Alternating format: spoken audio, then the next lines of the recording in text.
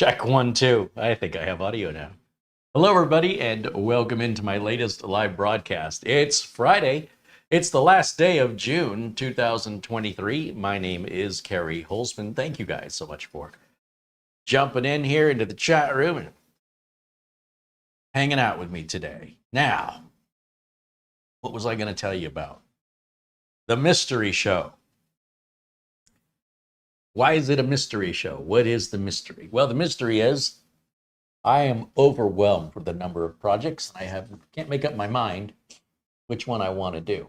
So it's really a mystery to me what I'm going to do today because, well, honestly, I could do any of it. So maybe we'll take a vote and see if people want to see stuff on networking or you want to see stuff on mini PCs. See me do a motherboard prep for another build. I don't know. I have no idea. Bob R says, nice blue t-shirt. I was told it was purple. It was John Paul Bacon says the quality of the video was blurry. That's because your YouTube settings, John Paul Bacon, are set to low settings and you need to go to the little gear icon. I've only said this like 1,400 times in the last 6 months. Go to the little gear icon and change your resolution to 1080 and it'll be fine. All right, 1,401. Do I use any Razer products? No, I do not. I'm not a gamer. Sarge Tech says, whatever you choose is okay with me. Sarge Tech sent an Amazon gift card just before the show. Thank you for that. Sarge Tech, Richard Palmentier joins us. Any luck, Richard, with getting your data back?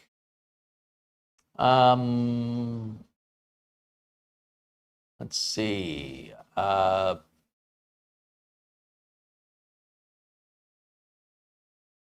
me see. Contributions. Paul O'Brien contributes €5. He says, hello, Kerry and chat, enjoying the prelude to tonight's stream. Thank you, Paul.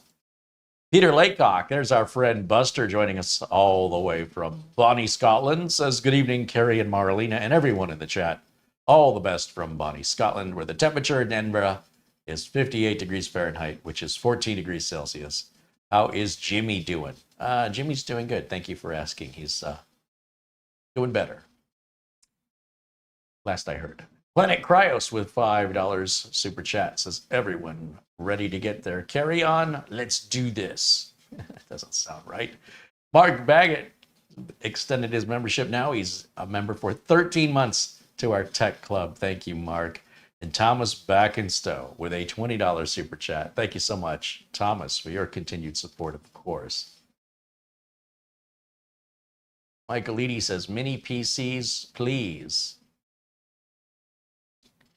LRCX, I like to see a bit about navigating around Windows 11. It's very new to me. Well, I'll tell you why I'm not going to do that. Windows 11 has been out about 2 years now. And on YouTube, there's a lot of content, a lot of it that's already been done. It's not, for me to do that now, I don't know, it feels like, you know, if I was going to do it, I should have done it when it was new, not 2 years into it, because it's been done to death. And now I'm just sort of beating on a dead horse and not coming up with original content. But I encourage you to look through YouTube. There's a number of great YouTube channels out there that do some pretty in-depth and introductory type Windows 11 videos.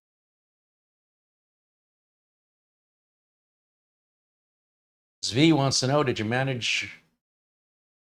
you set the managed network switch that Camera Girl promised to show how to do?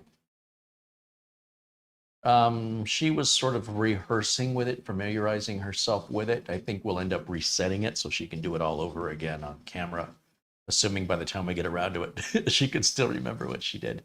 But no, it's all old school for her. You know what I mean? Like, they're all kind of the same in the way that some models are slightly different from others and what version of the operating system Cisco has on it. So it was all just her refreshing her memory. Oh yeah, there's this, and oh yeah, there's that. Apparently she had it all configured, but I think we'll reset it and do it all again. Talk about things you should not do to your computer, Bob R wants to know. Well, I mean, I sort of talk about that as it comes up, right? When it comes to uh, people abusing their computers, some people find joy in that. You know, some people do that to their cars. They have more money and more time than I do. So, I mean, if you use a computer in the way that it's built to be used, and anything outside of that would be what you shouldn't do with it. I don't know specifically because it's, you know, a world of imagination and possibilities that's endless. I can't mention every possible bad thing that you shouldn't do to your computer. We'd be here for the next 6 months of me nonstop talking. Even then, I probably couldn't cover it all. But if you have any specific questions in that regard, if you're not sure if something's okay or not, feel free to ask, and we can kind of narrow that down to more specificity. We can be more specific, less vague. What else? I want to see you do a build in the height Y60 someday. I don't like the height Y60. I think it is one of the worst case designs I've ever seen in my life. It's, can I help you? Hello, everybody. Yes, I'm here. I'm just in the background. The height computer is like this wide. And there doesn't seem to be any really good reason for it. It's just taking up a lot of room. It's much, much bigger than it needs to be. And it really just, I don't think that's a case that's going to stand the test of time. I think it's going to be a fad that, you know, it's new and people like it because it's different.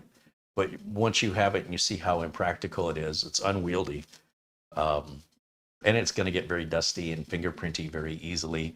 So unless you're really into the whole RGB and hubcaps on lawnmowers ideals, it's just not my thing. And furthermore, it's been done.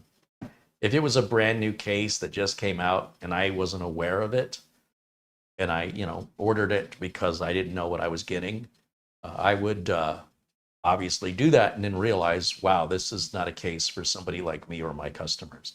I wouldn't know anybody. Well, Camera Girl might like it, but she likes a lot of impractical stuff. Richard Pullman here with $2 in Super Chat. He says, well, whatever strikes your fancy. Douglas Burchell says, hello, Camera Girl. And so does Alhaj Depej.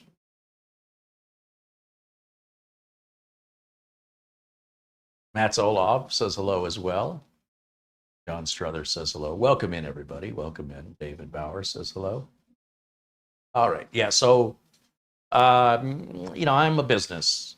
I have a business to operate. I'm not an enthusiast. You're going to see that some of the stuff you're asking for is enthusiast stuff. If you're an enthusiast, you probably aren't going to like the content that I make. You're going to say, oh, this guy's,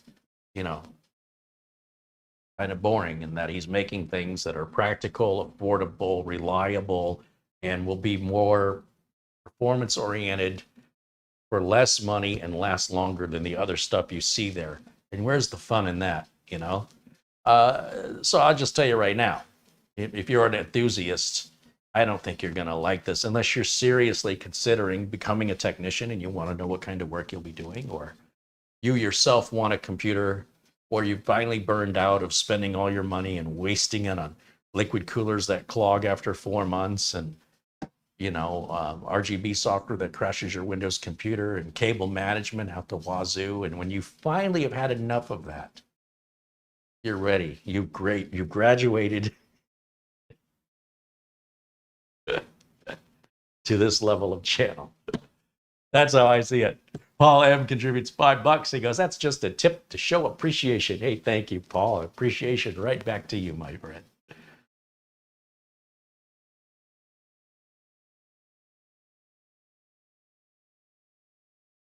Larry wants to know how to shut down things Windows 11 collects. I think that's way overblown, Larry. I don't think Windows 11 really is collecting what you think it's collecting. This extreme focus on Windows 11 telemetry stuff, in my opinion, is way overblown out of proportion. If you have a cell phone, if you have a store loyalty card, if you go to the grocery store, if you have a modern car, All of that is way, way more invasive. In my opinion, they have way more data they're collecting on you than Windows 11 ever would. Nobody cares about what you're doing with your computer. It's all automated machines that are just interested in trying to sell you stuff. Now, while you focus on that one thing, as long as you go outside, you will be recorded on cameras. If you drive in a car, if you have a cell phone, they know exactly where you are, where you shop, what you buy. So what Windows is doing by comparison is nothing. That being said, there are specific YouTube channels with like-minded individuals who are honed in and laser focused on this minor little telemetry settings, while they completely ignore all the major telemetry settings. Hey, what is that? Hey, bring that over here. Looks like Box Tape Man has been busy. Still. Thank you. All right, let's see what we got. Box Tape Man. Well, this might be today's video. Planet Cryos with $5 says, myself, I'm an enthusiast and a tech, so I like watching both types. Well, that's cool. I mean, I jokingly say I'm the enthusiast. I'm the one that likes it so much. I do it every day, 8 to 12 hours a day for the last 30 some odd years, 33 years. So who's the real enthusiast, right?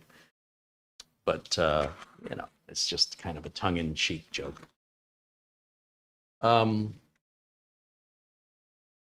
Richard Palmentier says, Carrie, if I want to build a computer as you do, it's costing me $800 to $900.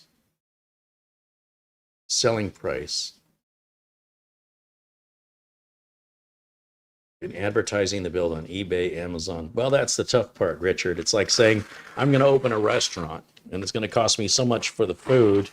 And I see other restaurants selling that food that much. So should I put my restaurant on this corner, or should I be drive-through, or should I be delivery only, or should I be a ghost kitchen? You know, that welcome to being a business owner. There's nobody's going to be able to answer those questions for you. You could hire a consultant, or you can hire somebody who's in marketing, but you know, a lot of scammers are out there, and you better be really, really careful, especially on eBay. I wouldn't do any international shipping. You're going to have to give a fee to eBay, a fee to PayPal. If you're lucky and there's no returns, no support calls, and somebody's not trying to scam you, you might walk away with a couple of dollars profit. It's just not worth it, in my opinion. Now, if you want to build locally in your community, that's much more ideal.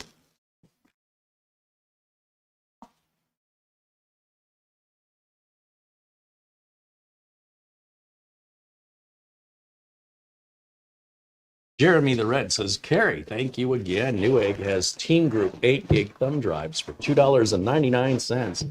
You mentioned looking for these recently. I like the 8 gig thumb drives. They're great for Windows installs, BIOS update, flash drives, because it's getting harder and harder to find the small ones. They're not fast or anything, you know, but you don't need that fast of a drive when you're not putting that much data on them anyway. And Team makes pretty good flash drives. So, yeah. Know what this is. Oh.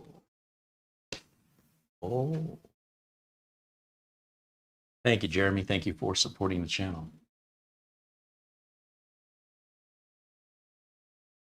David Max says, I have a DS932 Plus. I guess that's a Synology. Using 2 8-terabyte drives and SHR RAID. I'm looking to add another drive. Should I change to RAID 5 or keep SHR? At some point, I will end up filling all 4 bays. What RAID are you in now?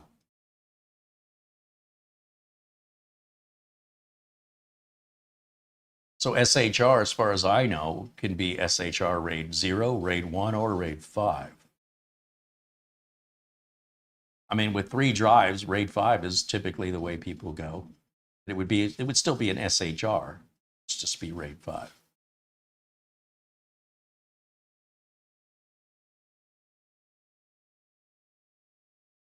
Richard Palmentier says, I have a few outlets locally I could sell the builds to. Yeah, that's a better idea for sure. Yeah. And keep in mind, when you pay for this stuff up front, the longer it sits without somebody buying it, the more it depreciates in value. You may sell it at a loss just to get rid of it. So ideally, you'd wait for a customer to order, get a deposit, then buy the parts and then build it. So it's a fickle industry. Customers change their minds all the time. You've got to get a deposit. I wouldn't order any parts because of the rate of depreciation. Look at solid state drives. Look how fast they've gone down. In fact, that Oyen Digital 8 terabyte NVMe drive that was $799 is now like $780 now, or $787. It's gone down again in price. So just in a few weeks. Plus you're paying sales tax likely on that as well. Alan Lindos contributes $15.77. That's a different number. He says, hello, Carrie, Marlene, and chat. 15-minute late for here's my 15-minute dollar late fee. Thank you, Alan. Bill Garcia says when he built computers, he always got a deposit. Yep, agreed. People are too fickle. They're likely to change their minds. Things can get super expensive. You've got to get some commitment financially from the customer. And if you're building something that you want, good luck convincing somebody else they want it. That's why it's a big, big mistake to go and equip an SSD or a drive or a video card, because customers these days, they pretty much know what they want to spend and what they want for the money. And of course, they want a $1,000 computer for $1.50. Maybe a slight exaggeration, but it's so offensive. People just don't care if it costs you money. Customers are not there to keep you in business. They're there to get themselves a good deal. They don't care how it impacts you or your family. And their attitude is, I'm not forcing you to sell it to me. Just tell me no. There's a lot of businesses that operate with the same attitude. They'll try and gouge customers, as we've shown here on Amazon, eBay, and AliExpress. Don't buy it. You think I'm a scalper? Don't buy it.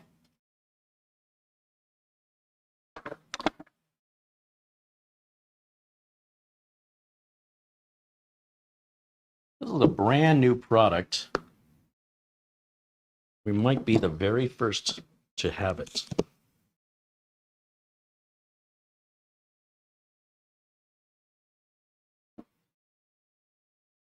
It's our box.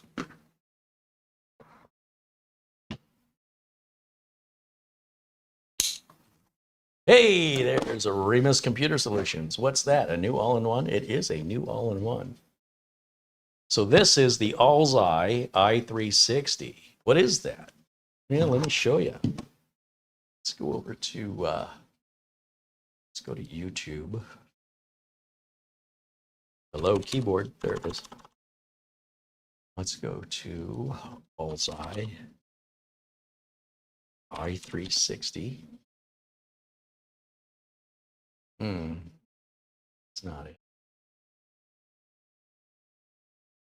Well, I suppose the good news is it does not appear anybody's got a video on this yet.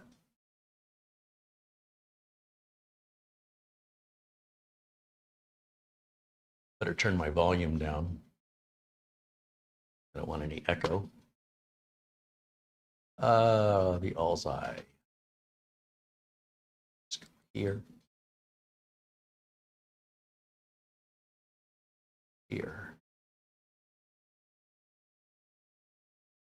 This is what it is.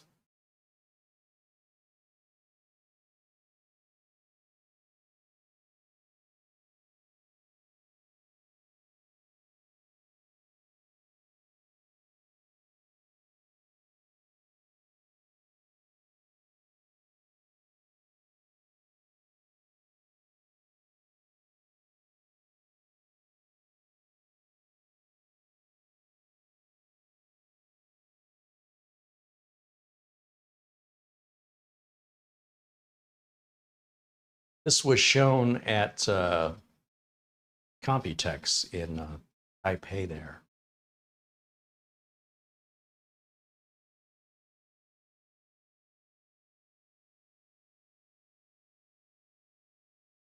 I don't know, I think it's a pretty attractive looking cooler. And so here was my thought when I saw this. It was, we started with a hot dog build by just getting some of these, fancy looking parts that are just all show and no go. And some of these parts actually turned out to be pretty good parts. And one of those things was the Alseye case that I ordered, but it was also not a hot dog price. It's a $160 case. But I put in like an AliExpress, one of these ear-ying motherboards that was just terrible. I got Alseye's cooler, that big fan cooler, which was just terrible. And so I'm confused with Alseye because I'm very impressed with the case, but I'm not impressed with their cooler. But then I saw this and I thought, well, this will go good in the Alseye case that we since have yanked the ear-ying motherboard out and put in a Z690 Aorus Elite AX motherboard. And, becoming a very respectable system. But the cooler, I put a liquid cooler on it. I don't really like the liquid cooler. It's doing the thing it's doing, but it's just barely passable.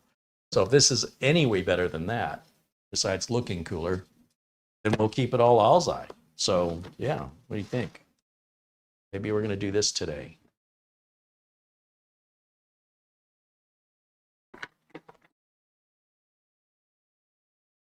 Oh, and here it is. Oh, it's much smaller than I thought it was going to be.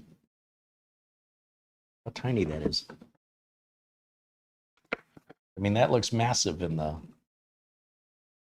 video. It's actually, I guess that makes sense given the size of the copper plate on the bottom. I like the tubes. There's a cold one and a hot one, red and blue. Hey, camera girl, hell are you doing? Need some close-ups. The heck am I paying you for? You got time? Time to lean, time to clean.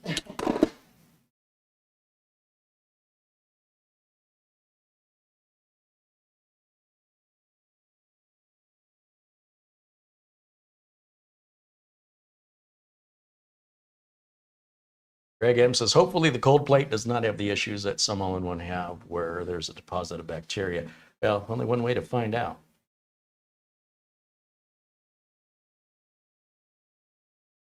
Oh, are you waiting there for me to switch over to the close-up camera? All right. All right, close-up camera girl. Come on over. So this is what the pump looks like. It's much smaller than I thought it's going to be. Dual pumps. This is how it's packaged. Get a good look at the package. Matches your shirt. Purple. Or is that blue? It's purple.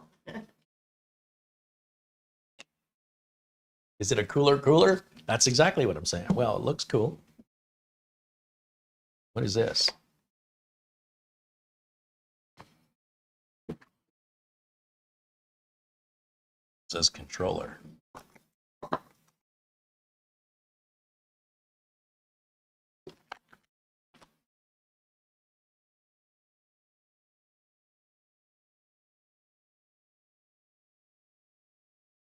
Weird.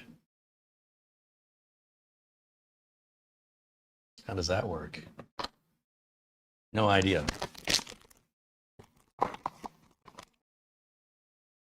Okay. I like how everything's labeled. I know.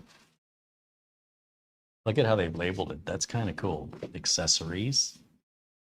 Water block.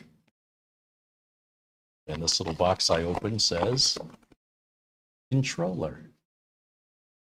I kind of like that. That's nice.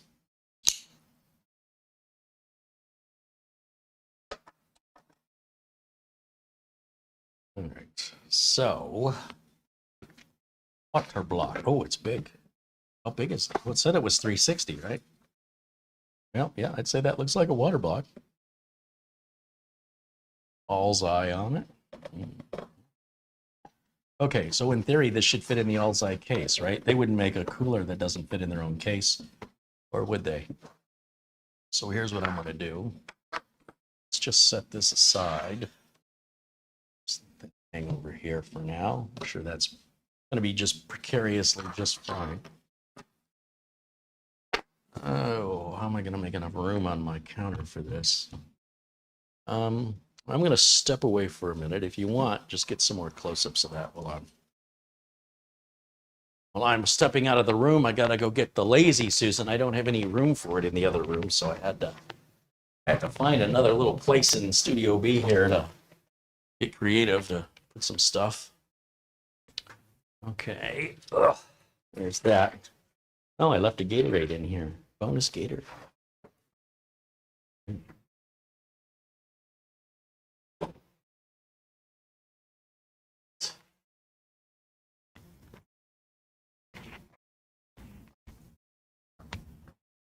Here, put this down here. So,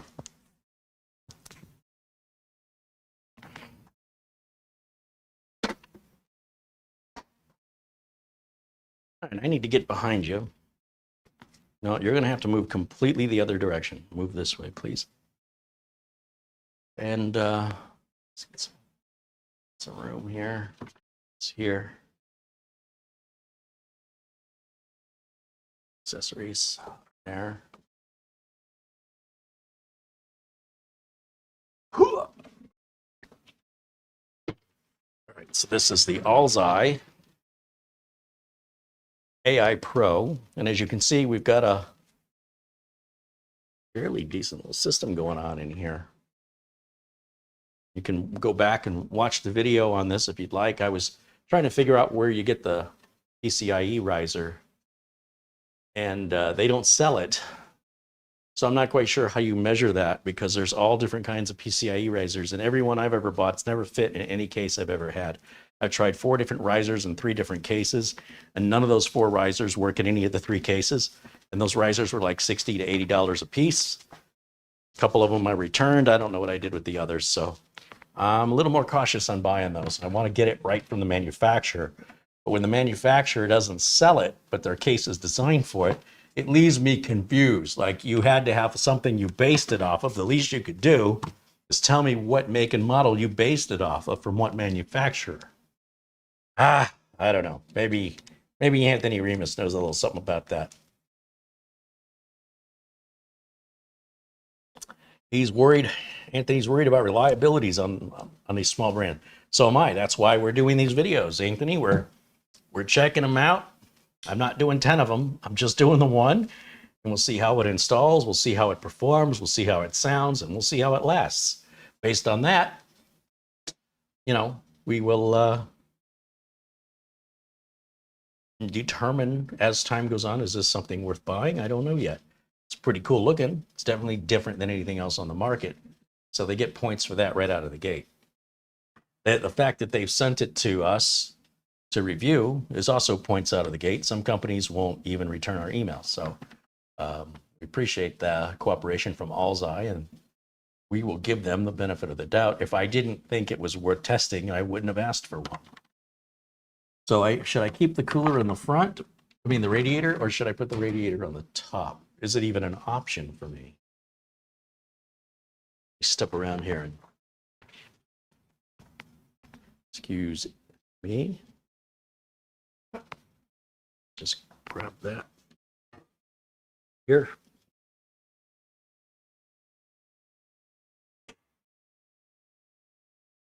Let me see. Oh.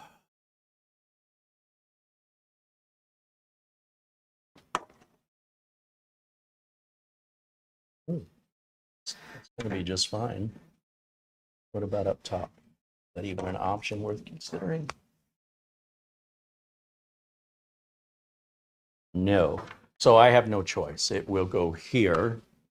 So we'll take this one and we'll take this up. This one looked pretty good, but doesn't perform very well. Is that Thermaltake? I think it was a cheap one. And Thermaltake's one of those companies. Some of the stuff they make is pretty good, and some of the stuff they make is pretty terrible, in my opinion. So you never know. Not always do you find a company that consistently makes junk or consistently makes everything good. It's sort of right across the board. So let's see. How do I take this apart? It's been a while. I think we just pull Soft film. Did I not eat my Wheaties?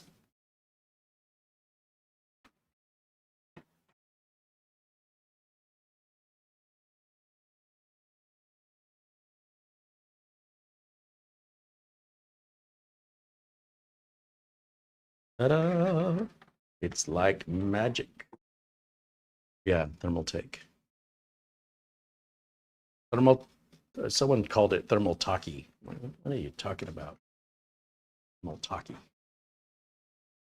It's like someone says Logitech. Logitech? Like logic? Or do you say logic?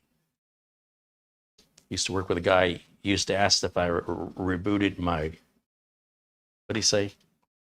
Oh, he said you have to go to the root. You go to your C drive. Go to the root. It's a rut? No, the rut. When you get in your car, do you drive a rut? It's a root. Oh, sorry. I get worked up over small things. So that's why I get worked up about myself all the time. Let's see. Edgar wants to know, how is the weather down there today? Yeah, 105.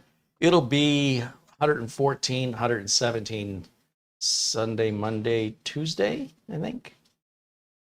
Somewhere 114, 117, 111, right in there. Those three. Perfect. Yeah, those 3 days are dangerously hot. Summer's here.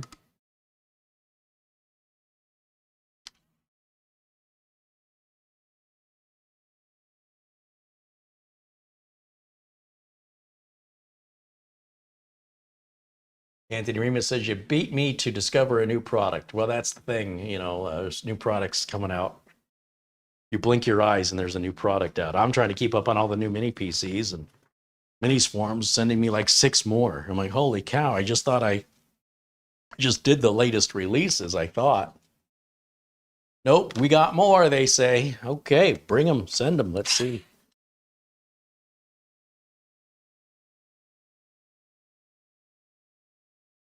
Bring them on, I say. Yeah, this cooler gots to go.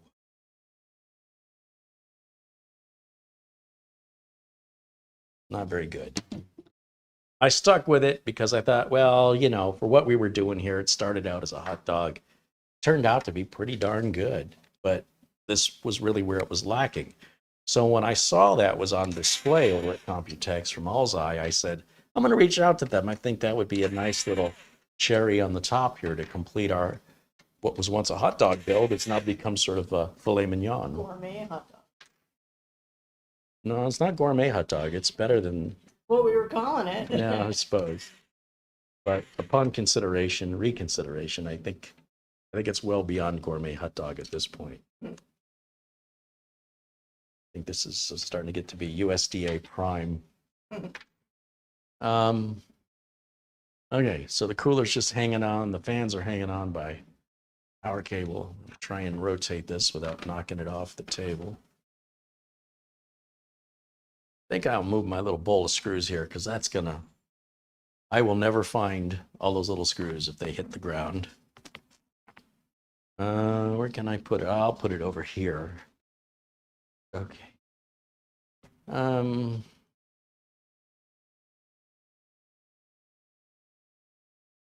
So we got to get the cooler off of here. So that's our USB for the cooler. Or is that going to a controller back there? I can't remember. I've slept since I built this, so I don't remember.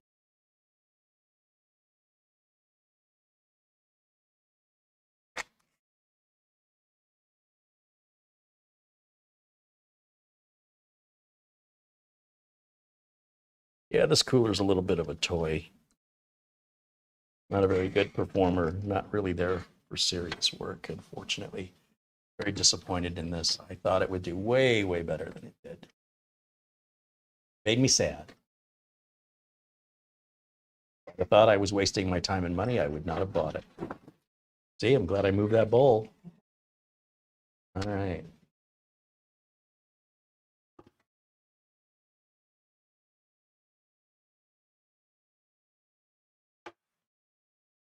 Want to get that thermal paste. If you want to get in there and film, go right ahead.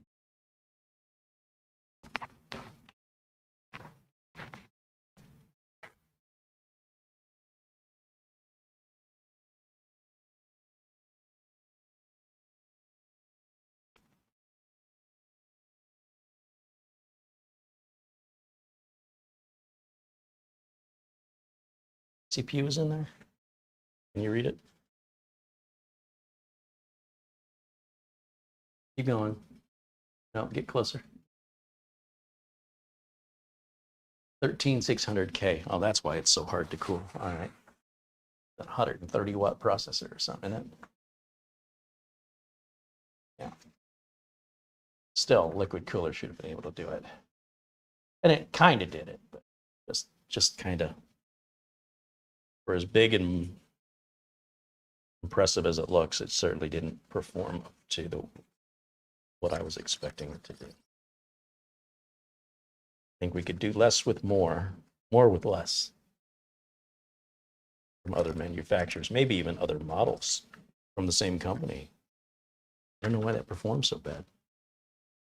Maybe the thing's blocked right from the factory. Maybe there's something wrong with it. Or maybe it's just the way it's designed. Or maybe it's Maybelline. Let's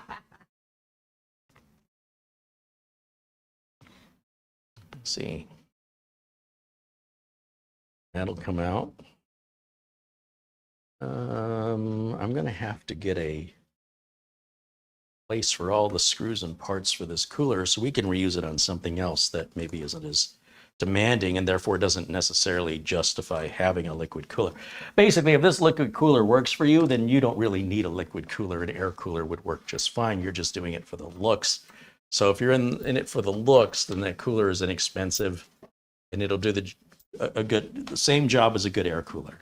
Nothing any better. Unfortunately, wish I had something better to say than that, but that's my opinion.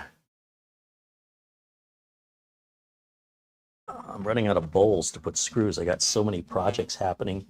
I'm not even sure what the screws go to in the bowls I've got now. Oh yeah, we got plastic ones. Okay, that'll be fine. That's fine. Get a little iron in your diet. Step around you here.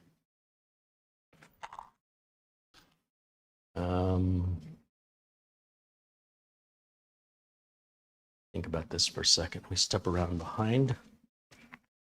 Oh, I got so many projects happening here. Oh my gosh. Oh.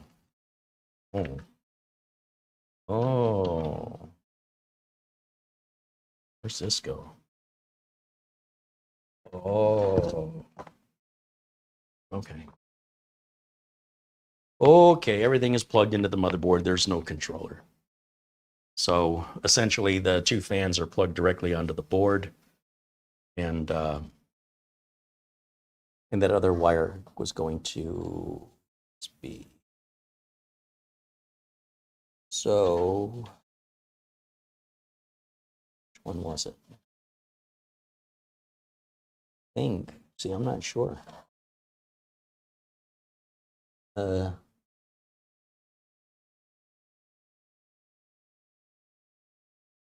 Yeah, these are the two fans right here. And 1 and 2. And I'm going to go back here.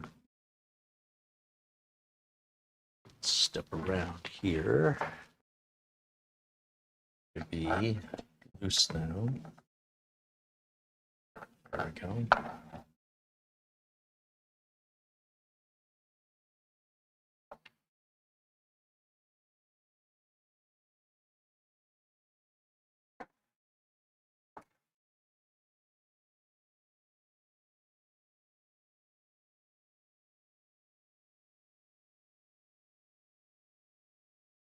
Super long cables. I don't know why they did that. But I'm all for cables that'll reach, but you know, not trying to reach to the computer next to this one. That's ridiculous. I caught a fan this big. Those cables are about a foot and a half too long, thermal take. I mean, I'd rather have them too long than too short, but it's just some cases it's hard to get the room to do the cable management, and that's just making my life more difficult. And it's more entanglement.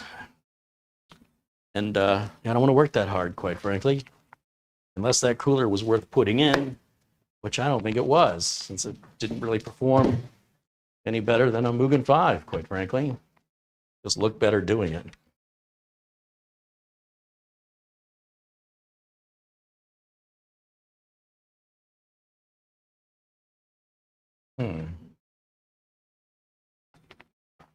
Step around here again. Pardonnez-moi, s'il vous plaît. And let's plug this.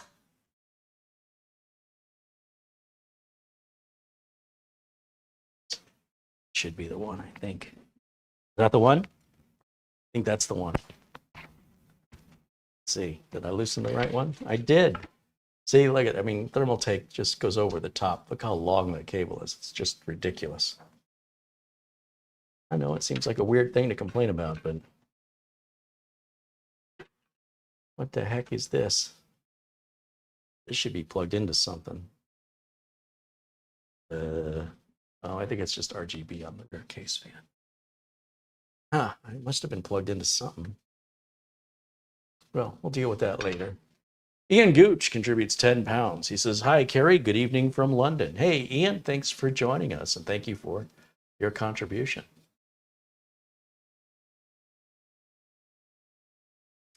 Okay, so I'll keep this over here with the rest of the cooler parts. Excuse me. Excuse me, pardon me. Oh, yeah.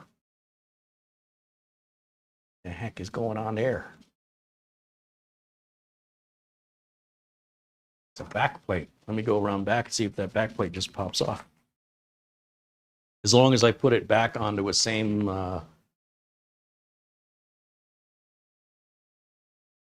size socket, I don't have to worry about where the rest of these parts are. Actually, they're probably in the box. Oh, and this stuck on the back with tape. That's what was holding it on. See, that's the problem. That's the problem with tape, is they act like, oh, you're just never going to take this off again. That's just a stupid design. And you can see some of the tape just stayed stuck to the back of the CPU plate there, the socket plate. Stupid, stupid, stupid. Very, very unprofessional. Just stick it on with tape. Come on, thermal take. I know you're, is it thermal tape? Thermal take. So I went on Amazon, and one of the best things I ever bought, only cost me a few bucks. They are plastic razor blades. And these plastic razor blades are, they give you a whole bunch of them because you can dull them out pretty quick. And this kit was $6 or something on Amazon. If you want to scrape off stickers, or you've got sticker goo and maybe some Goo Gone or something, these two things combined look like regular razor blades, but they're made of plastic. And so, I don't know if there's any way for me to spin this so you to see, but we've got goo back here left behind on our back of our socket. Look at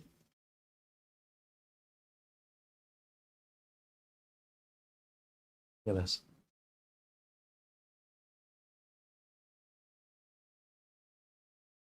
Right? See why I'm so excited over something so stupid? They're very inexpensive. I didn't even know such a thing existed, and I wish somebody would have told me about them. I think I stumbled onto them. Squirreling around on Amazon one day, and I don't know, maybe I was doing a search on removing stickers and they came up. I don't know how long these things have been around, but man, I wish I'd have. Can you see that, Dylan?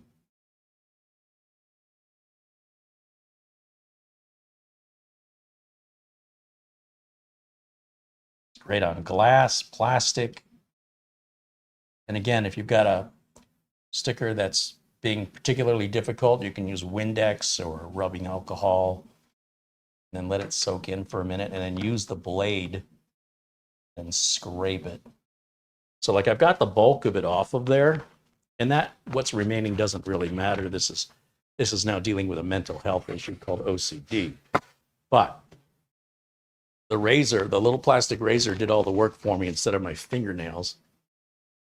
And I can take a paper towel, and I can take some isopropyl alcohol. You don't have to buy any expensive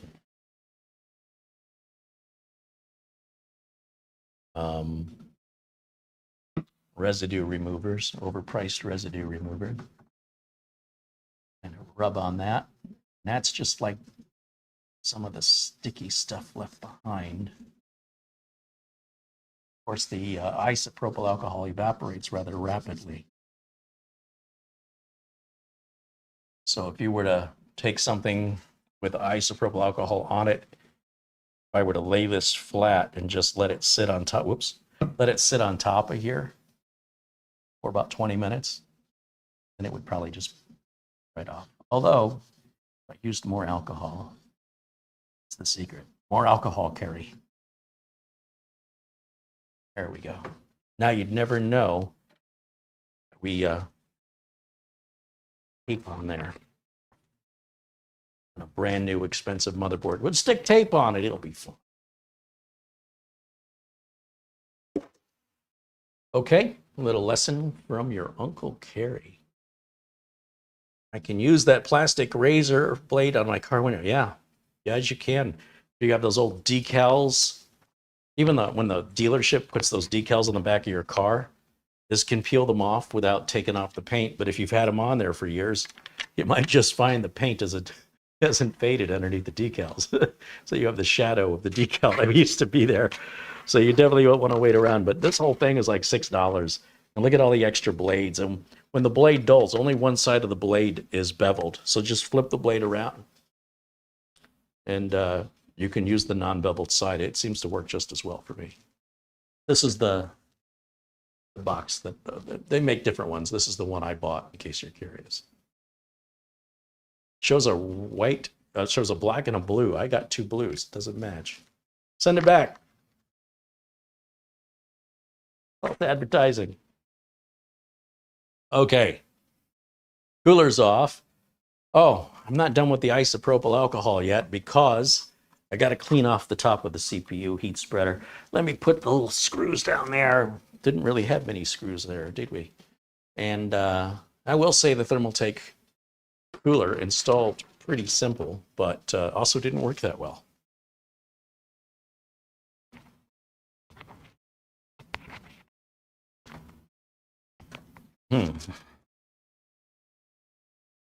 What video would we have been doing if DHL just didn't show up right then, huh?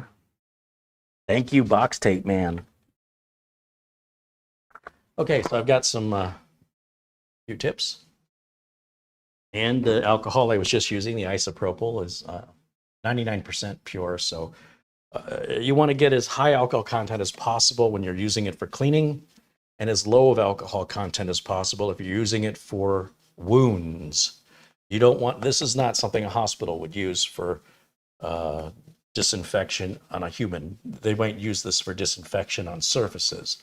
So if you see there's different levels of isopropyl, 70% alcohol, you use the low alcohol level when you want to disinfect yourself.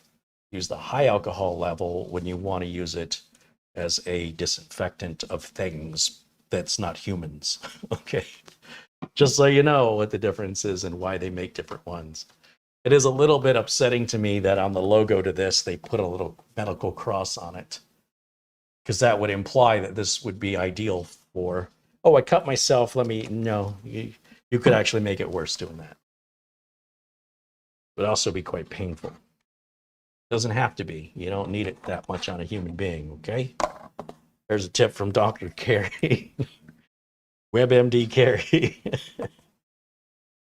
Don't take medical advice from a guy on YouTube, or financial advice, or relationship advice, or pretty much any advice.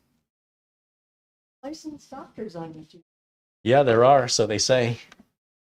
They're at least licensed somewhere, maybe Uganda. He was. Oh, but since it's been disbarred. He's not been.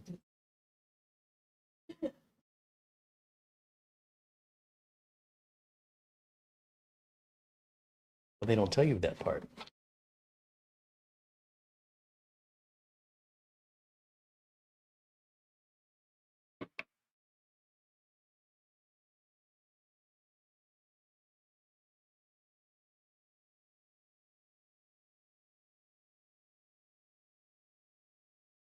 All right, good enough. That alcohol will evaporate. You don't have to wipe it off. Sometimes you'll add more contamination by wiping it off than just letting it air dry. But it doesn't matter. It's not really going to make that much difference in our cooling. Maybe 1 or 2 degrees Celsius by cleaning it versus not cleaning it. But, you know, OCD. Or as I like to say, CDO. I like to alphabetize that. David Graham contributes $5. He says, I'll take all your tech advice. And another $5 and says the same thing twice. I don't know why he did that. Maybe a mistake. Thank you, David. I appreciate your support and your contribution. Paul Garrett said, I'd recommend a DH15 for that job. Yeah, DH15 is great if you want to overpay for an oversized cooler that'll cover all your RGB. You won't see anything. You might as well not have a glass panel. And it puts a lot of weight on the side of the computer, so if you ship it, it'll likely be destroyed if it's not very carefully packed. As you can tell, I'm not a fan of the DH15. It's one of the ugliest things ever made, and it will cover the entire motherboard, negating any point of any RGB or case window. So, going to disagree with you there for those reasons. Okay. What we're trying to do here is have a piece that's kind of showcaseable, something that's going to work and look pretty at the same time. The Noctua DH15 works really well, but it's ugly, heavy, inexpensive, and yeah. Okay, so I'm gonna do this. Put this down here like this.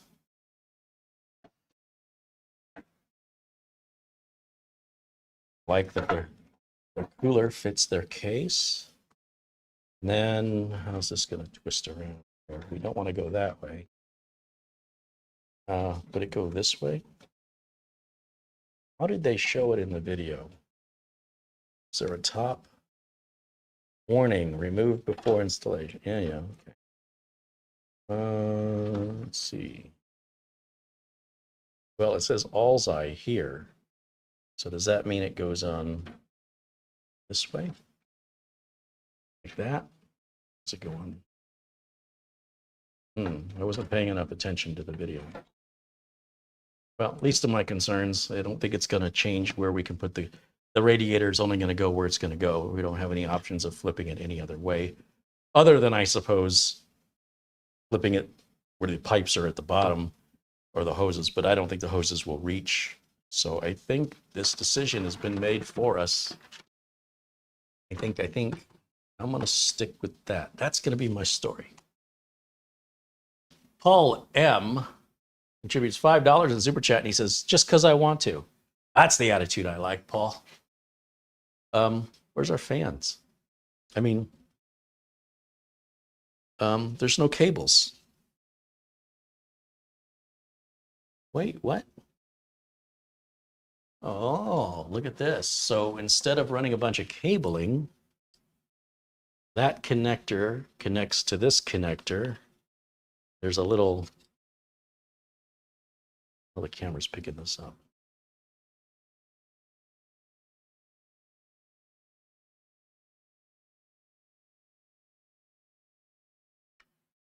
Push down, slide it, whoop, slide it.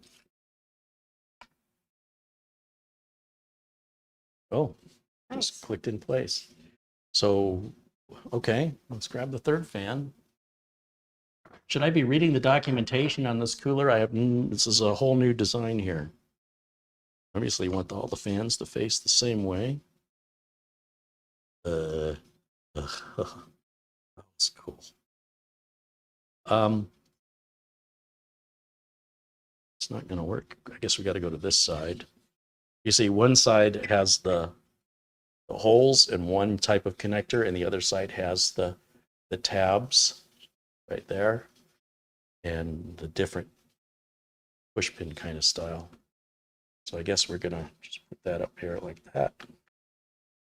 Push it to the left. Boom. How you like them apples?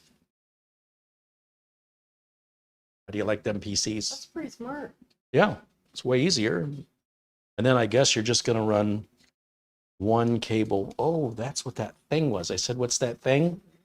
That probably, see, there's a little hole right there. And I bet you, where's that thing? This thing here. Oh, it must go on this side. See how it's flat? I was like, what is this for? So if we put that up here like this, you see what I'm doing? Put that up here like that. Yeah, there's a little, if you look right down here at the bottom of this connector, it's got a little piece of plastic sticking up. And it looks like it's going to go in that hole right there. I really should read the directions, but let me see if I figure this out correctly. This piece would go up like this.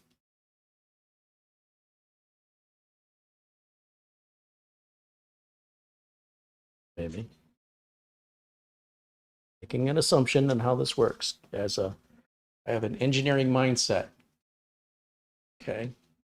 What they tell me. Okay, and then that fits on like that. Push it down. Push it down. Sit down. Go any further? Yes. So it's smooth right there. So that's how you know if it's fully seated. It lines up right there. I wanted to attach that now so I know which way to put this onto the radiator, because this is going to hold our radiator on. And I want to make sure I've got the cables where I can route them. Probably want to bring them down at the bottom. We'll put those fans on like, no, wait a minute. That's blowing air out. That side is going to blow air in. That's the way we want it. Sweet wampums.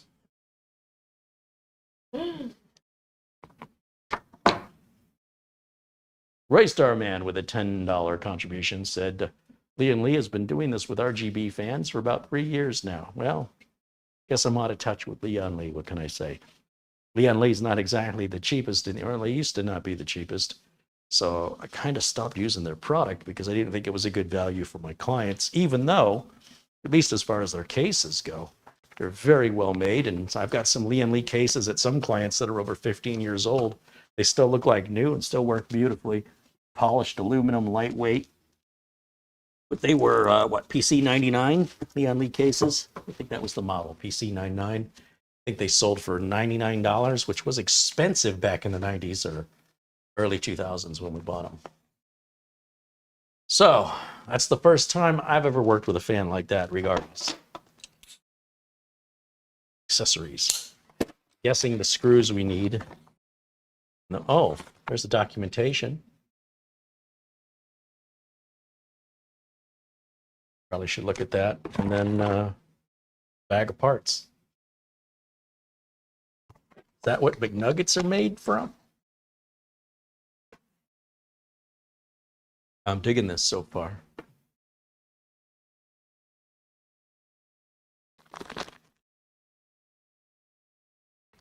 Hey, camera girl, did you build me a thumbnail for this cooler yet? No. Oh, well, you've got work to do. Apparently, we're going to have to change the thumbnail to today's video.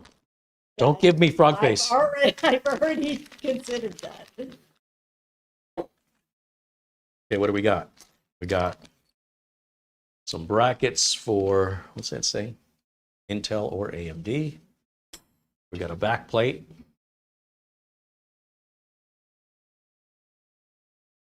We got thermal compound and a thermal spatula. That's more to mount the water block. It's more for the back plate. More for the back plate. So that's AMD right there. See, that one says AMD. Can't use that. This one says 1700 socket. Yeah, we're going to need that one. This one says 1200 or 1150.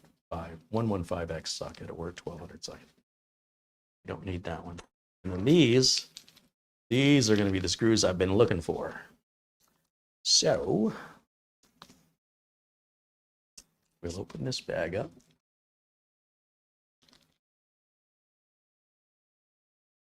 Michael Dane wants to tell you that, do you know why you should not use the word beef stew as your password?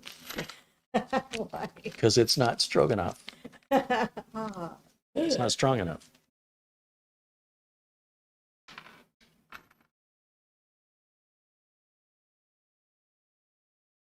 All right, so I want the long screws, and I want my cables coming out of the top or the bottom? The bottom, because that's where they were plugged in before. You know, ARGB header, and look at, only have to plug in one fan. How cool is that? This is impressive. Yes, I'm digging it. I think these are brass because they're not sticking well, or my magnet's getting weak. Do you find my magnetism isn't as strong as it once was? Don't answer that. Yeah. Let's see. I know I want to align this. Okay. Okay. Can we go up any higher? Go all the way up. Still align. It will. It actually will. Well, all be.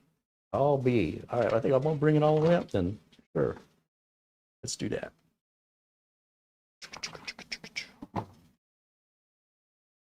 Do that with this though. This is gonna be tricky. Getting the first one started it kind of takes 4 hands. I think, first of all, that screwdriver's magnet is just a little bit weak. Let me try and grab the old yellow handle driver, maybe get these started by hand. Once I get the first 2 in there, should be cakewalk after that. But we're going to sandwich the fans and the radiator into the front of the case, so that's going to both hold the fans and the radiator to the metal frame of the case. That saves us.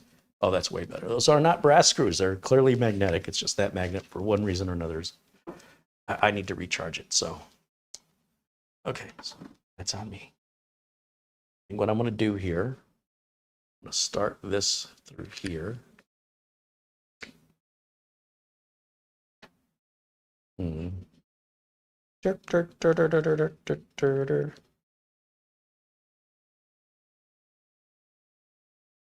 X, no, back in your hole. All right.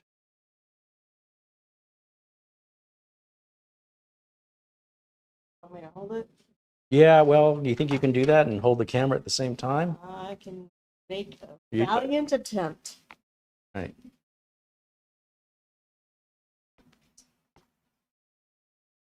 But I want you to, yeah, you're making it worse. I want that. No, this isn't going to work. No? You got to go higher.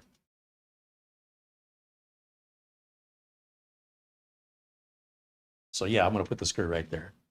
Well, I'm trying to. See these holes? Yeah. These holes and these holes? Yeah, I need 2 hands. So, That's heavy. okay. Well, I appreciate the thought.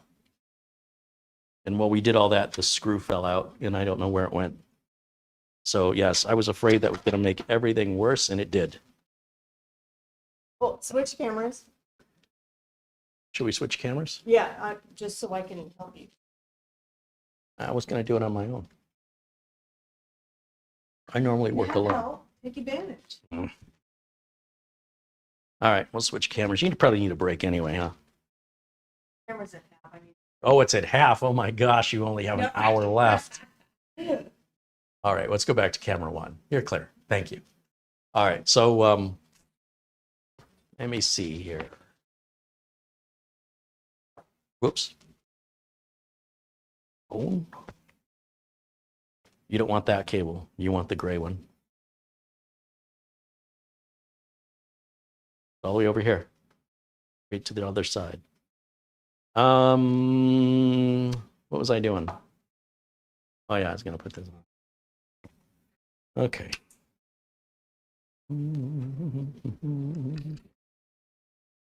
Okay.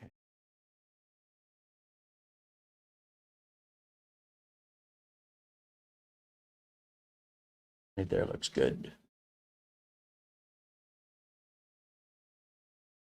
Okay, grab that yellow screwdriver. Turn that screw. Turn that screw. Don't over tighten it. Is it going in? Yeah, no. No. Nope. How about now? Okay, stop. Let me see something. Let it go. Let's check my alignment.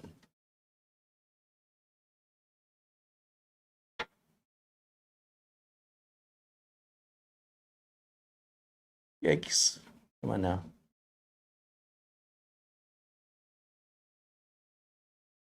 Oh, try that. I'm not sure if I'm aligned or not. Nope. I feel it Oh, slide. wait, there it goes. Yeah. Yeah? Yeah. Okay, stop. Oh, see, from that point forward now, it's going to be a lot easier. Very good. Thank you. You're welcome. All right. You want to do it again? Sure. So we want to align this bottom opposite corner down here. Okay, go ahead. Think. Hold on. Try that now. Is it going in? No. Try that. No? Anything? Yeah. Yeah, you got it. Okay, good. Okay. So probably should have checked that these other screws are going to show that they're not going to get blocked. There's not a lot of room for them to get blocked though. So I think we're okay.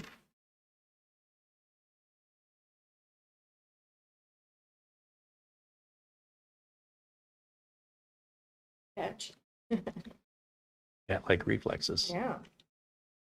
They're BCLRs. They're bodacious cat-like reflexes. I really should get my glasses on because you don't want to over tighten these screws, as I mentioned. Well, the screws aren't brass. The radiator is usually a soft metal like brass or copper, some mixture, and you would easily strip them out. And they're just fans. So ironically, they don't have to be airtight.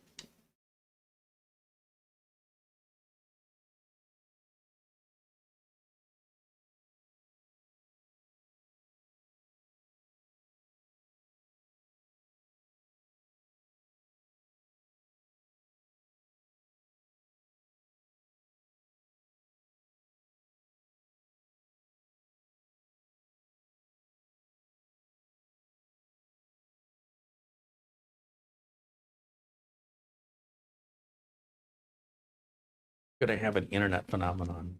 People think this shirt is blue. Other people think it's purple.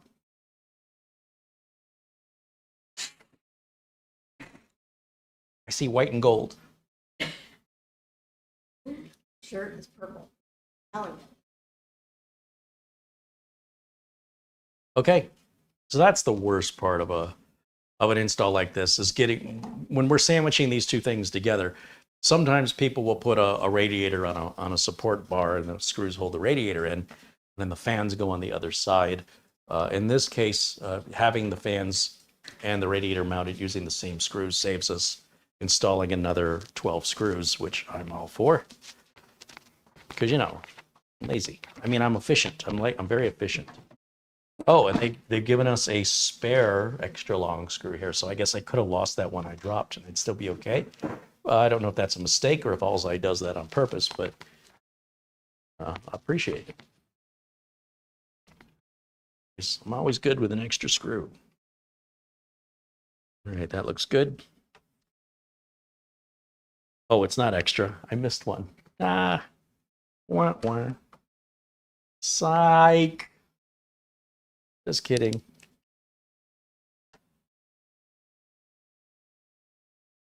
Almost got me. I almost got you, I mean. That's what I meant. Yeah. Yeah, that's the ticket. Nice and snug, not any further than snug. Perfect. Perfecto. Hey, talking about. David Graham said, I have perfect vision and I'm an artist. At 66 years old, your shirt is a kind of purple. I think it's kind of a blue. You're kind of purple. All right. I'm just kidding. Just kidding. Get all angry. Get all aggro. Okay. Let's take this off. Little twist tie. This is our single power connector that we're going to use for powering all three fans. Oh, what a blessing. Oh, I love progress. Progress. It's progress. If pro is the opposite of con, then is progress the opposite of congress? I think that's how that works.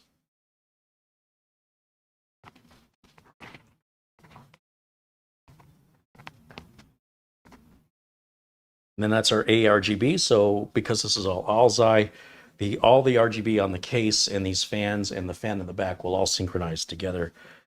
And then we don't have to worry about incompatible systems and all the other nonsense with RGB. And it's one cable for all the RGB. We're not dealing with a separate power and RGB cable on each fan. That's 246 cables. We've cut those cables down by 66% fewer cables.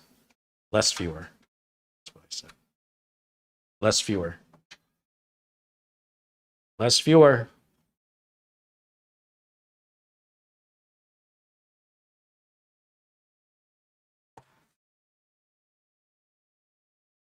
Okay, look at that.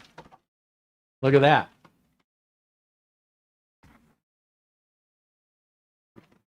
Huh? I'm liking what this is doing so far. I am digging it. Totally digging it. Now we're mounting the back plate for the water block. Sometimes, I mean, this kind of, for me, there's some companies that do a really good job at it, and there's some companies that should find another line of work, okay? I'm sure Anthony knows what I'm talking about here. Which one is Alseye going to be? Don't know yet. Hope it's better than that other air cooler from Alseye, because that's all show and no go. Let's hope this is way better. Like this case, this Alseye case is fantastic. First of all, what direction are they putting this in? I'm going to bring this documentation up. I'll share it with you. So sure, I suppose we could have put the fans on the inside and blew the air out the front, but I want all my airflow moving this way. All airflow this way or that way. I don't want to bring air in from the top down. I don't want to bring air out from the front and out from the back, or you end up with a dead spot of no airflow in the middle. So you got to go more than just by looks on this one, and can't really appreciate. Well, maybe we will. We'll see how much of those RGB fans we'll see. This already has a lot of RGB around it that's kind of blindingly bright, so I don't really care, to be honest. I suppose we could have put the fans on backwards and had the airflow still being pulled in from the front and still had them back here. That's when I was mentioning how we would use 24 screws. We'd use 12 for the fans to go under the back of the radiator. That's what I was trying to describe. And then 12 for the radiator to attach to the case. That's twice as many screws. And then your fans would be visible on the inside. And, you know, I'll tell you what, if I don't like the way it looks, because it's not going to change much performance. This is strictly an aesthetic discussion. I might move them to the back. So something to think about, right? But if I move them to the back, I would reverse them the other way so that they're pulling air in. I don't know why I thought in my head they would have to blow air out. You don't have to. Sometimes on these fans, whether you've got them in their pull or their push configuration, that the RGB looks the same. On other fan designs, the RGB is only apparent on one side.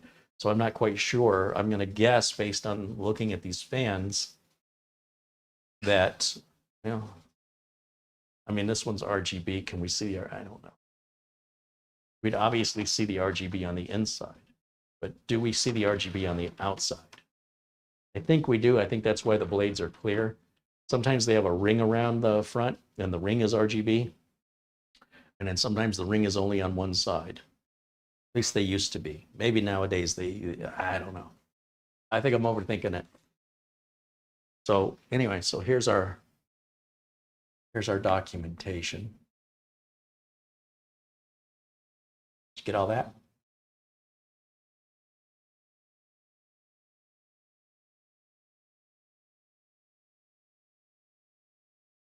And then flip side.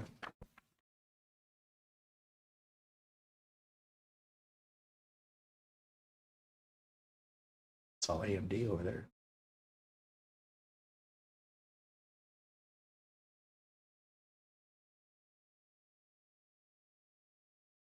Okay, now you know how to do it. So get to work.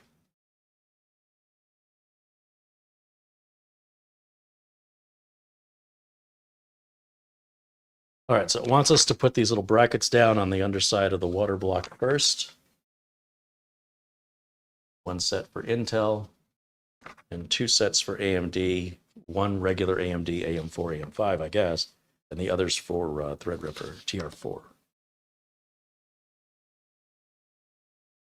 I see, yeah, so the holes are slotted to fit the different socket sizes on Intel, depending on where you put the screw there. Okay. Got it. Got it. AMD, no. No. No. What did I do with those? Here they are. Intel or AMD. What the picture shows.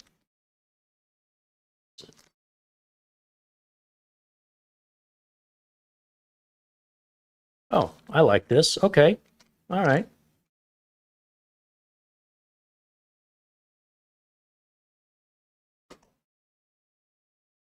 I got big ones and I got little ones. And the little ones are stamped. Come on, camera.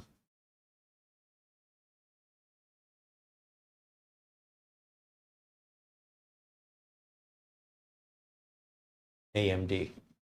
And the big ones are stamped Intel. We want the Intel ones. And then we want the 4 screws in there. Okay. Okay. Okay. So AMD and AMD, I'm not using an LGA 20XX. I'm not using that. I'm not putting in a Xeon. So those are parts that will not be used on today's build or ever. But just in case I change my mind, we'll save the parts. So on the bottom of the block here, they want us to affix these brackets.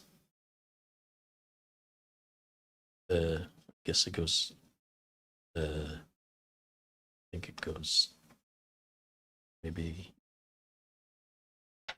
something.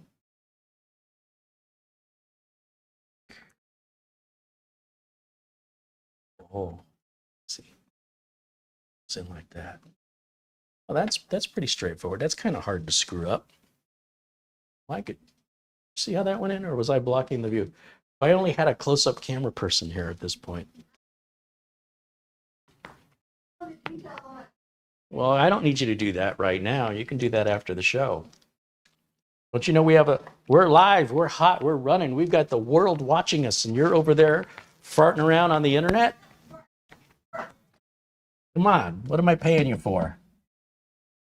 Oh, I'm not paying you? Well, why am I giving you the pleasure of gracing you with my presence? And all I get for it is,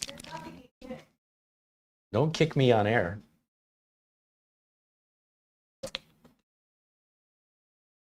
I guess Anthony has to get some work done, so hopefully he'll tune back in later. He's good to see you, Anthony. Thanks for stopping in.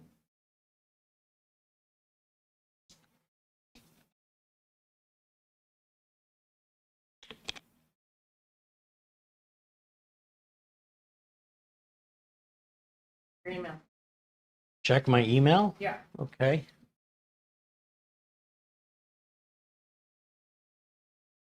Oh, a Nigerian prince is sending me $1 million. Yeah.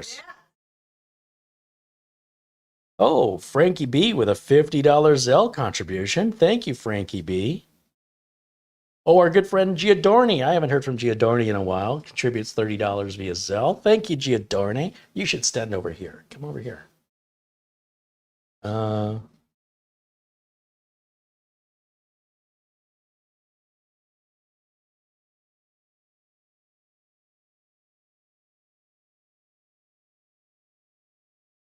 Gary Boyd said $20 via PayPal. Thank you, Gary. And $10.42 from Nicholas Caffrey. And Nicholas says, thanks for the clarity and honesty, Carrie. Well, no one's ever said clarity before. But thank you. I appreciate you. Oh, and wait, I think I have a coupon from Pizza Hut. It's their value lineup. Oh, gosh. That I was kidding.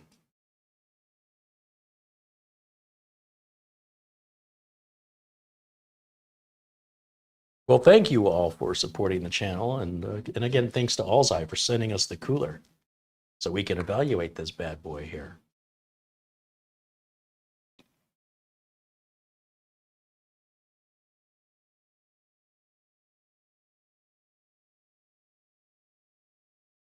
Okay. All right. What am I doing?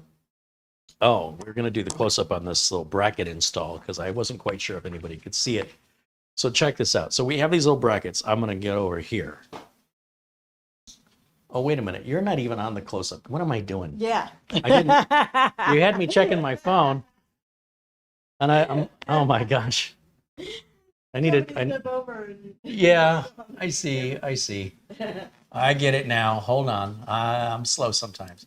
Now, that's better. Good help is hard to find. Oh, wait, that's all me. All right. Jeez, oh man. All right, let me squeeze by you here. Okay. Okay, so you get this bag. So I've got the bags and the bags of brackets, right? And I already showed those close up. And this says Intel right on it. You see? And then you're going to just, there's a little groove right up in here. You're going to slide that in the groove. And you see how it's curved? So you can't put it in backwards. See how it comes? It's like putting a left shoe on a right foot. You can't put it over here either. It's not, there's no cutout for this to go in. So they force you to only put it in the right way. And I don't think it matters if it faces this way or that way. I think it's the same.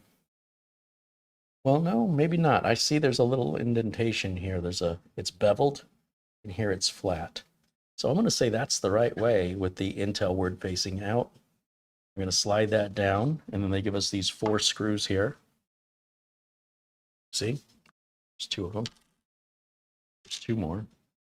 We use the same screws regardless if it's the AMD bracket or the Intel bracket. And then over here, you have the screwdriver.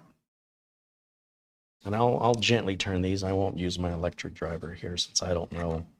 Oh, wow, those go in 8/10, 4/5 of the way. So you're not turning them that far. This is plastic, so you don't want to tighten these down so tight that it cracks the plastic, but you do want them secure. But don't overdo it. All right, so then opposite side, same thing. Are you seeing this? You getting this? Mm-hmm.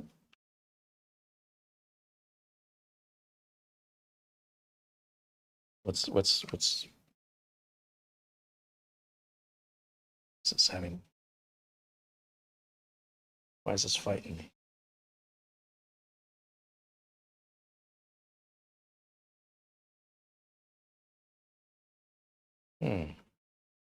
Something.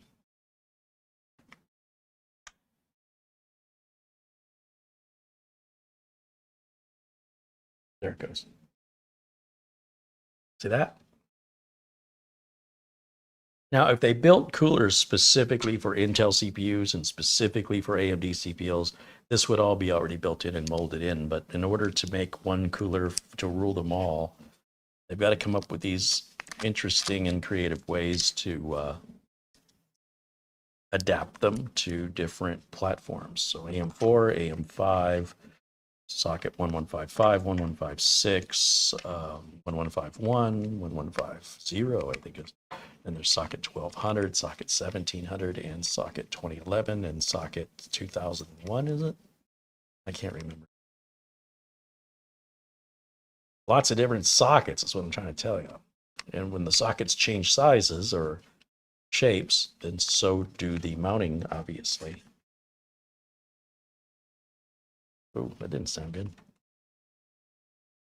I just had problems with this corner, but we're good. We're good. Now, we definitely want to remember to pull the tape, and I appreciate that they got a little pull tab here. But we don't want to do that yet. I'm still trying to figure out which orientation to place this in. It looks like it's got to go this way because this is a rectangular socket. It's not square, like 115X is square, so you could literally put it on any 90 degrees.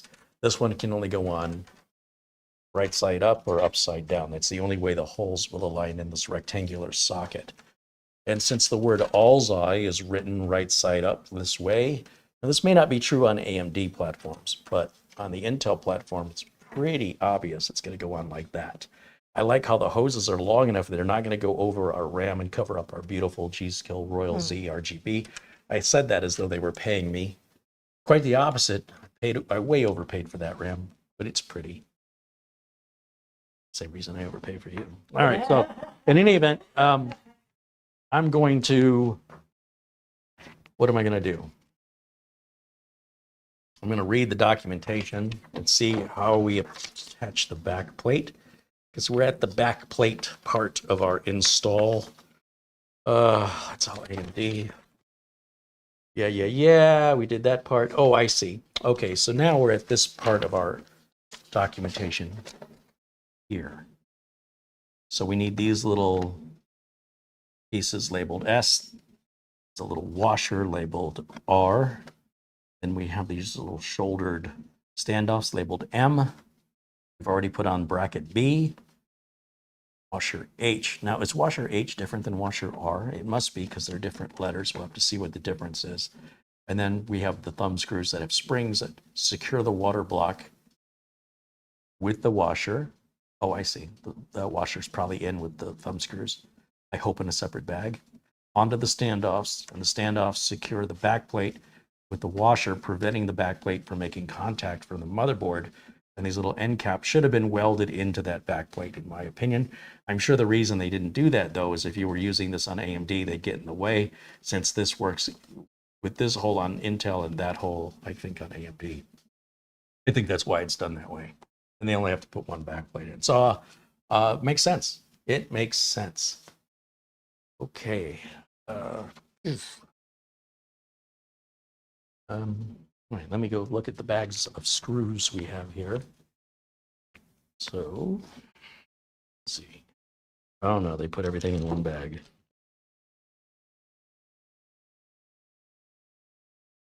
Okay.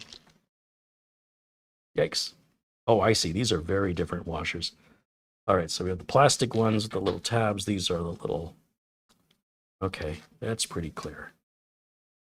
And then these are your regular washers here that are good. These regular silver washers go with these thumb screws with the springs. For those,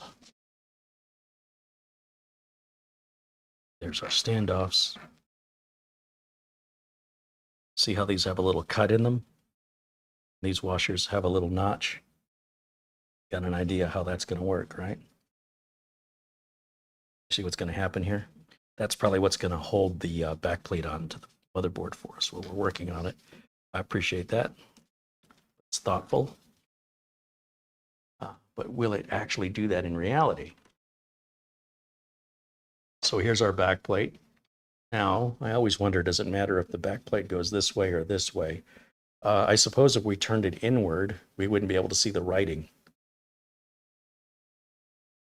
I think this side just looks less polished. I think this side goes to the back of the board. I mean, maybe it doesn't matter, but I wish they'd say motherboard side or something, you know? But maybe they don't because it doesn't matter. Let's see. That's going to go on there. And do you see that cutout? You see how there's two holes right there? That means this could go on this way or this way. Wouldn't matter. I think.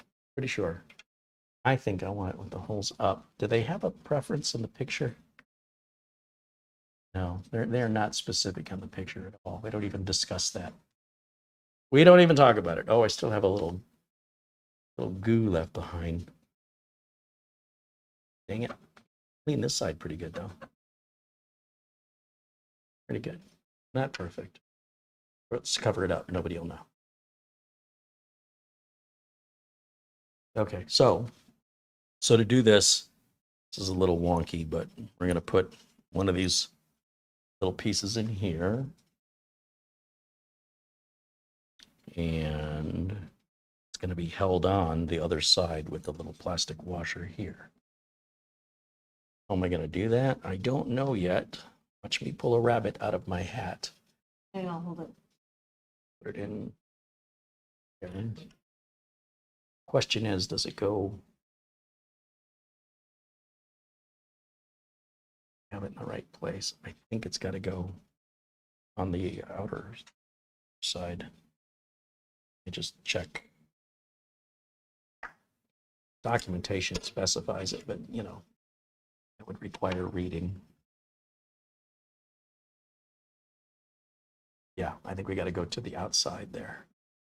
So if I hold that, grab one of these, how's that going to work? Oh, you know what? I think it doesn't hold it onto the board. I think it just holds it onto the bracket. So you would turn that so you can see the hole that's cut in it, the slot, and then push this down. So this is all coming back to me now. I did not like this mounting technique because it's just a little bit cumbersome. I mean, you should only have to do it once unless you're a system builder like me and you ordered 200 of them, in which case you might just consider a career change.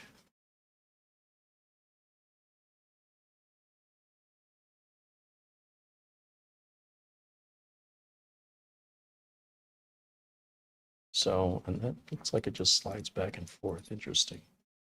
It would lock in. Doesn't appear to.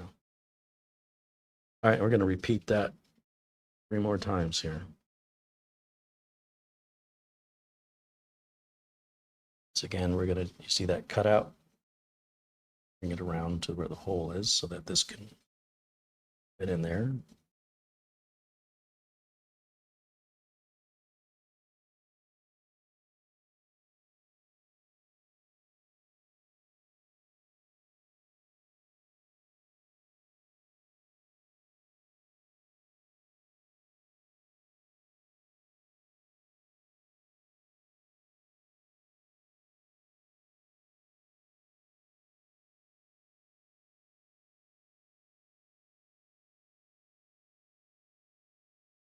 Yeah, I wonder what he's going to do next.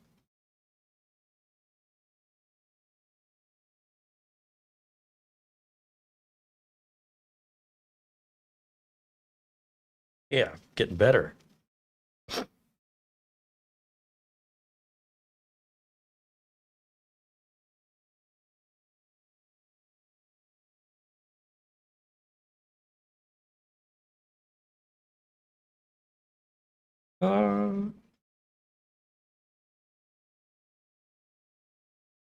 Wants to go up this way.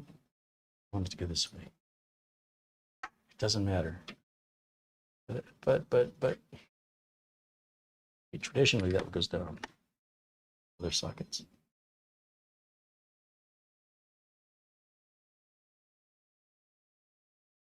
Zoinks.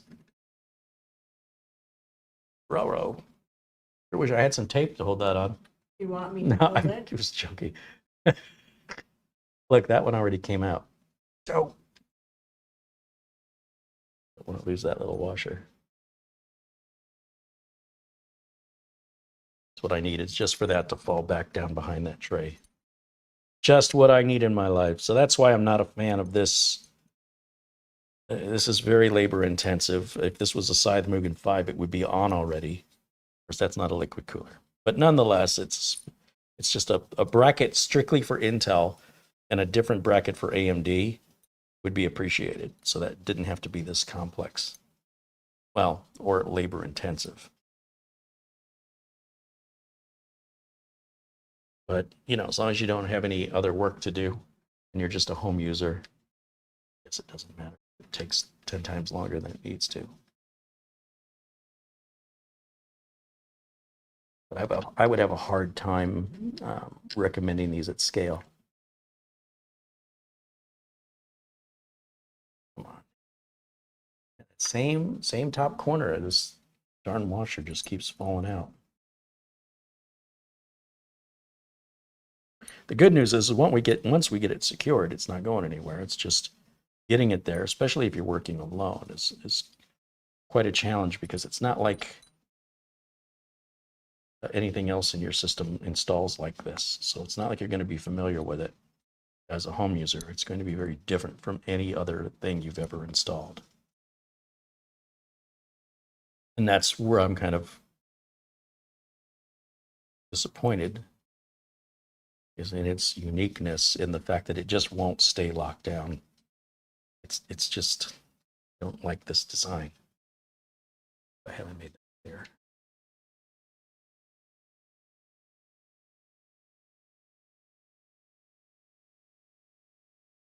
Now this side is coming out. Darn it. Okay, so we're going to go back around to this side, figure out where that's missing. Yeah, see, it's rotating and it can't get the little tab in there. There's nothing that's locking it in. That's the problem. It needs to snap in or something, and it doesn't. It's just a friction fit, and it's got to be aligned just right, or it ain't happening.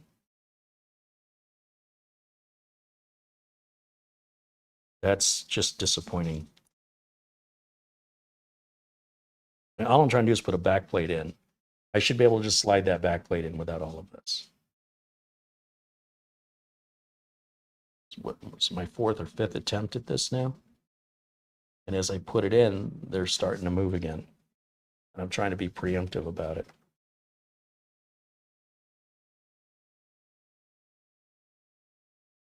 Yeah, socket 1700, here's the problem. It wants them in the middle, and they don't lock into any position. So remember I was saying, is it on the inside or the outside? It's neither. It's between the inside and the outside. It's not very specific, so they have to be a little loose in order to move to where they need to be aligned. And when they move to align, then the washer comes out. And once the washer comes out, this other piece rotates, and then it won't align again until you rotate it back, and I can't see it without taking it back out, and around the wheel goes. So join us tomorrow, and maybe by then I'll have this part in. This is and I was really liking this cooler, Alseye. You lost me here. This is really preposterous and unacceptable. If you're going to do something like this, it has to lock in much tighter. There's got to be a stronger grip, or something's got to click and hold it, because just sliding it in, it's just sliding right back out. I mean, you're engineers. You got to know how this friction works. We need some positive mechanism here, or maybe we could rotate this where it could slide into something to keep it from moving. Come on. I'm not going to do your job here, but I think I could do a better job. And I'm not an engineer. I know I could do a better job than this. I'm just very, very disappointed at this whole process. Let's hope that this is the only part I'm disappointed in. Damn. Again. I'm not sure. I'm just not sure how to proceed here. This almost seems like an impossible task.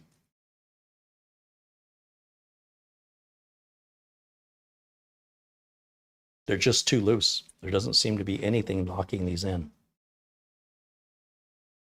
Please make sure the Intel mark on the back plate faces the motherboard. So I'm doing it backwards. Does that make a difference? Maybe that makes a difference.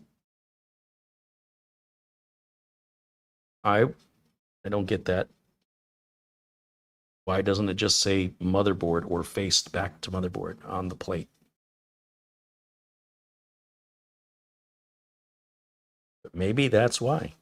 Maybe there's the hole is cut differently on the other side for this that'll lock it in.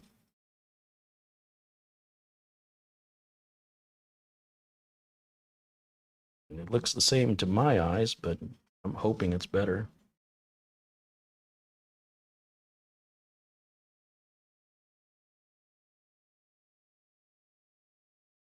Doesn't feel any different.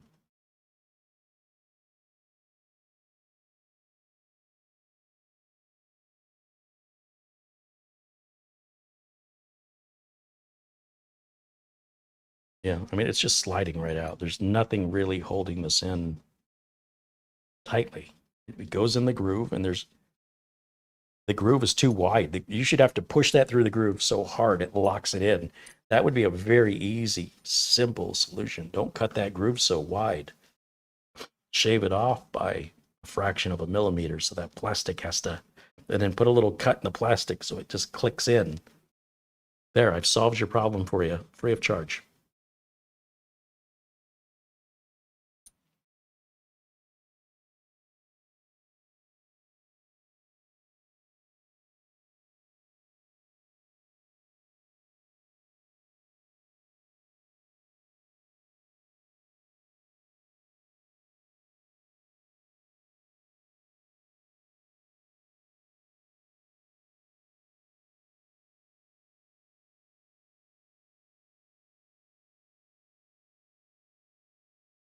It's going to make any difference.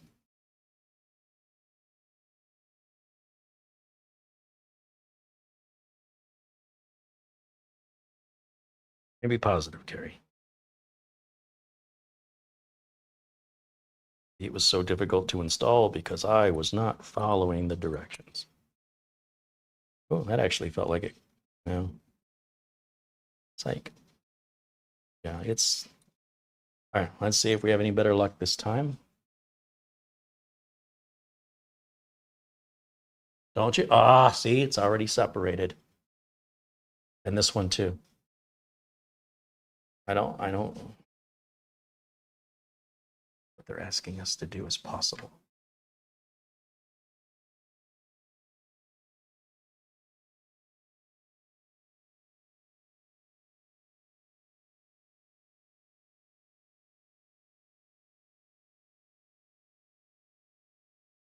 Nope, no, that one came out.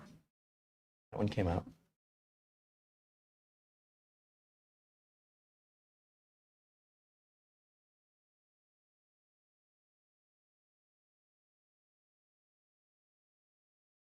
And then they're not realigning when they come out. It's like you have to manually sort of line them up again because they don't lock in. There's nothing that guides them.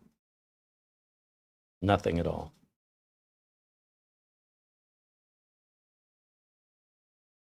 It's 2023. This is the best we can do. This is the best technology can do for us here. Oh, now this one's come out. Well, I was putting the other one in, this one came out.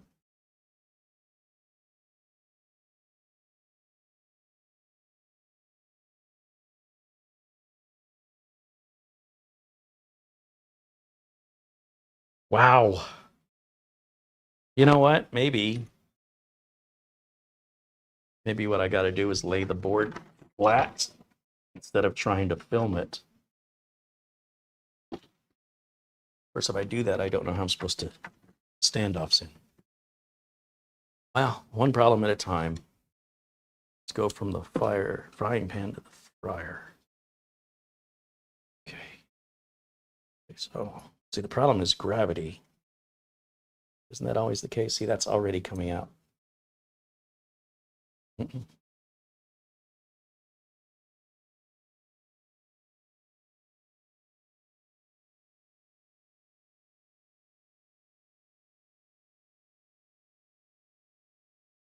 I think I got it. Don't move. Okay, standoffs are gonna go. This is the weirdest install I've ever had to do. Sure if I can get 2 of them in. So now I don't have any light. See anything. Have you ever listened to anybody complain so much? Just, I've installed coolers where it was like, you blink and it's done. And this is not that. I need a flashlight here. So what you need to do, put a finger down on this rivet or whatever it is. I'm going to push up on it when I put the screw in, or the standoff in it.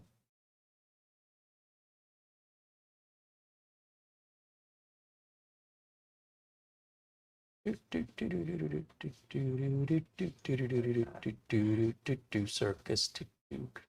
All right, and then we'll come over here, go to the opposite corner, push down on that one for me.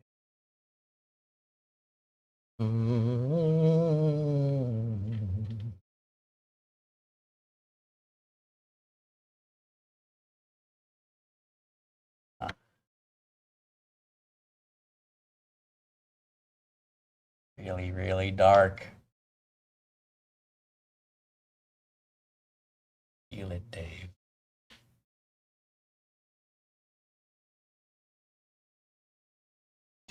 Daisy, Daisy. Okay. I think it's almost there. Okay, we're good. Ah, oh my goodness. I'm not quite sure if I'd known I was going to have to do that before I started this project, I might have just not done it. Don't like it.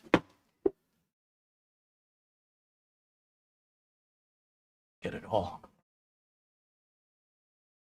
Gotta do better. Okay, so with the close-up camera, you can see I got that corner, and that's going to automatically keep pressure on those 2 corners. So these last 2 will be super easy, the way all 4 should have been. Oh, no, look, it's popping out. Right. Okay, so you still got to hold it in. It stinks. Not good, Alseye. This mounting technique is awful. Awful, awful, awful. I hope this cooler's worth it. If I take it out, I guarantee you I will not do this again.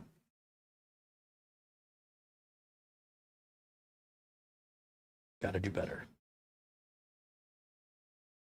Now, you don't have to get any pliers or anything and torque these down. As tight as you can get them with your fingers is fine.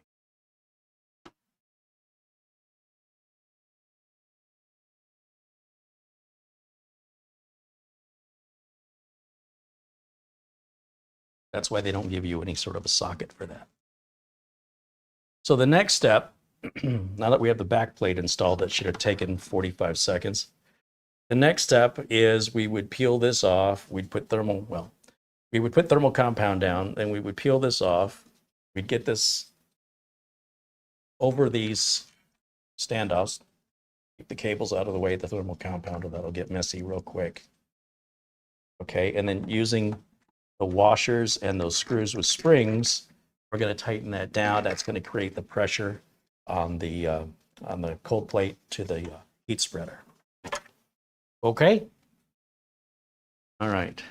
I think Uncle Kerry needs a little break right now, because I'm going to have a mental health crisis. All right, go ahead and you can shut that off.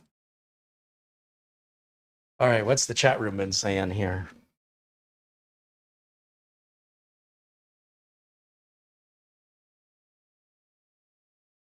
Douglas Burchell says that's 30 minutes of this live video, unfortunately.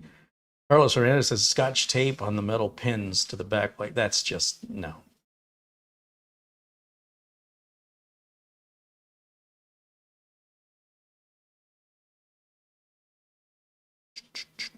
Need a car creeper. I think you're right, Gary.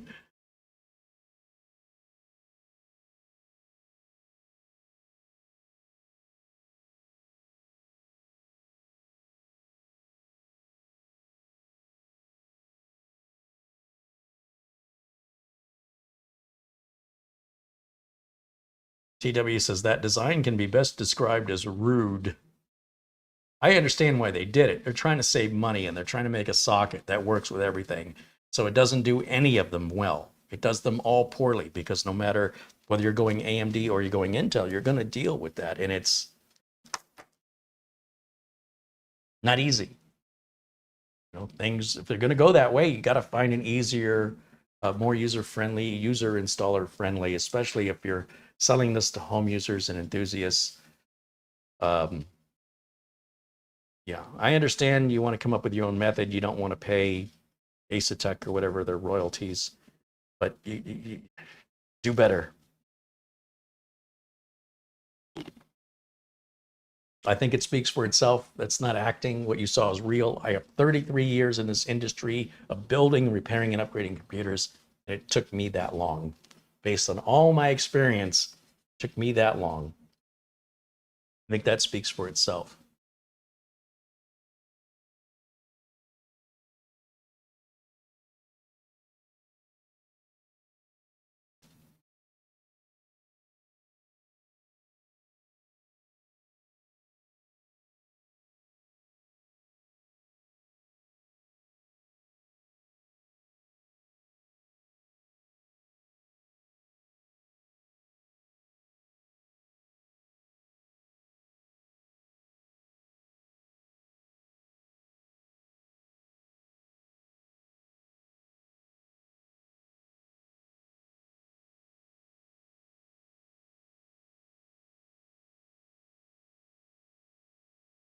So if you want to see what I'm seeing on these directions, they're pretty simple. The washer is doing two things there. It's keeping that metal backplate from bending. So if you look, I mean, just from an engineering mindset and using logic, you can't have this backplate bending. You see how it's being held by the CPU backplate here, which means if you tighten these corners are going to bend inwards and hit your motherboard when you tighten them down. So those washers we put on the other side are creating a space to keep the backplate the same height as this piece it's resting on. And at the same time, it's supposed to lock in position these screws that move into 3 different positions for Intel sockets, which is, well, you're trying to do a lot with very little. And I think it's possible to do it easier. But you can see the picture, you know, I was doing it. Some of you have a very vivid imagination. And the fact that you guys even don't understand how it's supposed to go in and are suggesting I'm doing it wrong, you guys are wrong. So now you know what it feels like for those of you who suggested it goes in any other way. That is exactly how it goes in. And now you know what it feels like to be me. When I didn't read it and I was trying to put the backplate in the other way, it didn't really seem to make any difference. I'm not quite sure why the words Intel would need to face inward when nobody can read them when you face them inward. But I don't get it. Sometimes engineers just don't think like regular people. But maybe I don't think like a regular person either, I guess. I wouldn't have done it that way. I mean, I suppose on the AMD side of things, you probably use AMD's bracket. Well, no, I mean, they have a bracket they want you to use.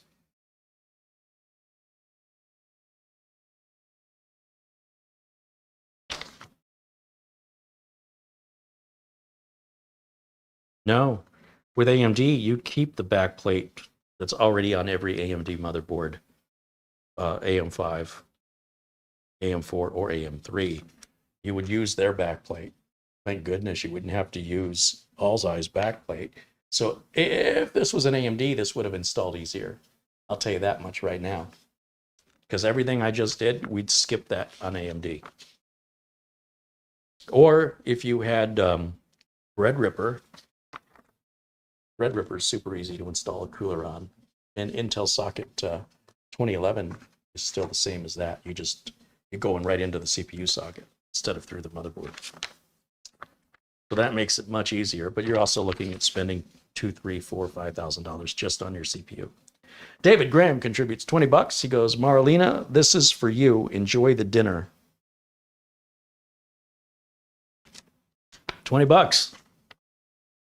Yeah, that's almost enough to pay for White Castle. And you're beyond, are they impossible?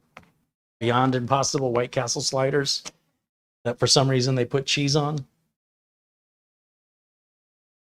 Would you like your vegan burger, your plant-based burger? Yes, I would. Okay. What's this? That's cheese. I don't think you understand what a plant-based burger is for.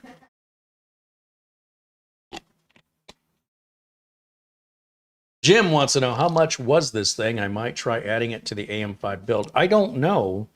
As far as I know, I don't even know that you can buy these yet. This is a brand new, just introduced product. And so as hard as I am on Alseye, look, thank you, Alseye, for sending it. But I'm going to be honest with you, even if that honesty is a little rough, because I'm feeling a little rough. I'm feeling like you kind of beat me up a little bit on your install, and I thought we were friends. So I'm lashing back out. I'm pushing back. Like you kind of pushed me. Didn't think that was a nice thing to do. So we'll move on, and our friendship can continue. We'll get past it. Especially if the cooler works well. The cooler works well and it looks good. Well, I suppose I could say it's worth it, but got to be an easier way.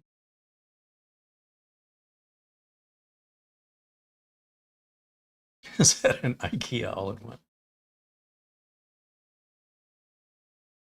What does a nice meal in a mid-range restaurant in Phoenix cost? What's a mid-range restaurant? Applebee's? I don't know what a mid-range. Chili's? Is that mid-range? Yeah, it's like maybe $40 with a tip, $50.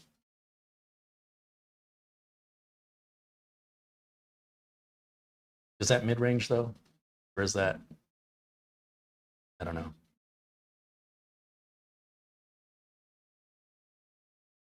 Mitch Morrison joins us. Hey, Mitch. Mitch says, why can't summer and winter vacation together? Because summer wants a hot time and winter just wants to chill.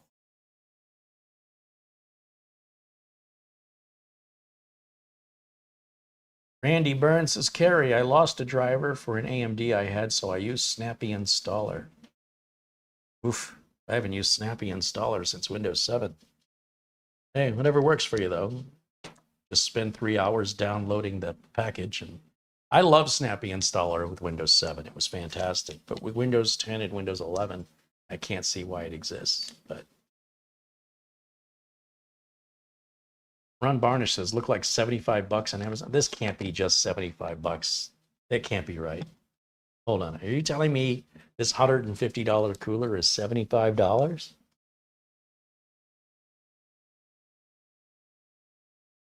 Gotta Google, or let me Amazon that. Amazon. Why am I doing this on my phone instead of on the computer? i360 Alseye. I don't know. I don't see nothing. I'm getting shavers.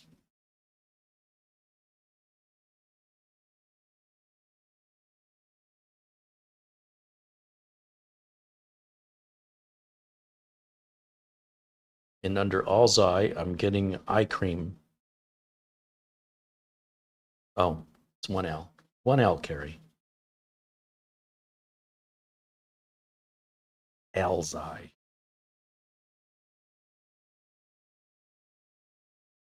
Okay, I'll type in Alseye space AIO. That ought to find it. Nothing. I don't know what you're looking at. I don't see this cooler. You got a link you can put in the chat?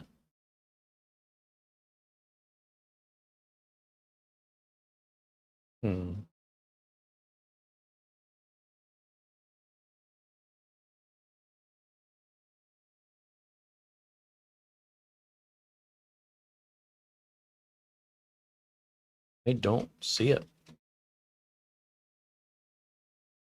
I don't think it's available for sale.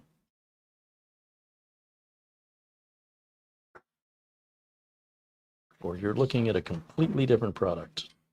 Or I'm not finding it, which, you know, wouldn't be the first time. I go to the Alseye Amazon store. They have. Can you look up the Alseye? Can you look this cooler up and see if it's available for sale or what, or what the suggested retail price is? It looks like they have a 240 version and a 360 version, and we have 360 millimeter. Alseye M120D air cooler is not an all-in-one, and it's not an i360. I'm not quite sure what you guys are looking at. Thomas Backenstow says, Carrie, I had a boot loop in Windows 11. Did I sell you any computers with Windows 11 on them?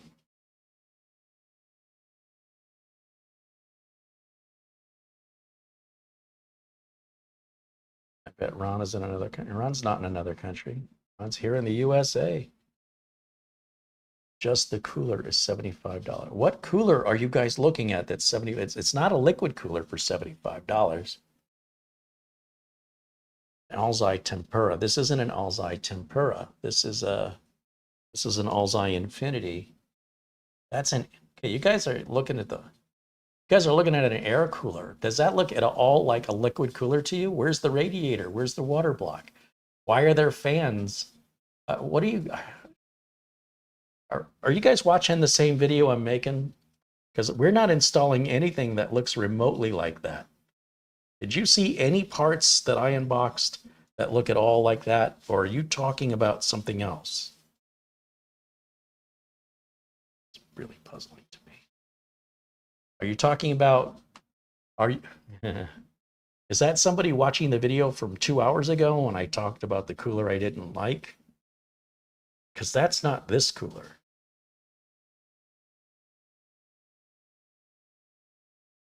I don't know, man. I don't know what to say. I'm not going to let that be a distraction anymore because it's off topic. It has nothing to do with what we're talking about. It's confusing me. Thomas says he did the Windows 11 update. Yeah, I wouldn't have, but did you fix it, Thomas, or is it still a problem?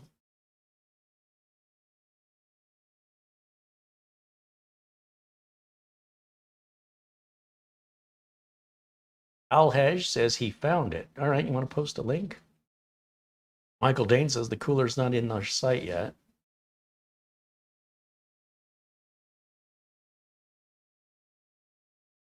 Ochi Gaming says we're in the Twilight Zone. Oh, he found it on Alibaba. Oh, okay. Okay. Let's see. What does Alibaba say? Oh, no. I don't want that. Continue on the Alibaba app. No, I don't want to continue on. Close. It says, the Alseye i360B RGB real-time CPU and GPU status display double pump is $81.50, but you must order at least 6 of them. What if you just want one? What's the price for one? So you found them in bulk, but I wonder what one would cost. But if 6 of you want to get together and pool your money, $81 seems like a really good price. You're getting a lot for $81, and that's assuming that it works well. If you buy 100 to 500, 499 pieces, you could save $1.50 per piece. Or if you want to buy more than 500 pieces, they're $78 a piece. So you would save $3.50 if you buy 500 of them on each one, for a savings of over $1,500. So it's not bad, huh? I'll give you credit, Alseye. That is not a site for consumers. That's a site for, or that particular page is for white box builders or system integrators, because regular consumers aren't buying that many. There doesn't seem to be any way to order one, that link. But thank you for sharing the link. At least that's what we're talking about. So we're making progress. Thomas says he fixed it. All right, very good. Douglas Burchell said, did you see my super chat? Oh, I'm sorry, Douglas. Have I missed a super chat? Let me go back and take a look. Yours may not be the only one. Oh, $5 comes in from Douglas Burchell. Thank you, Douglas. Burchell?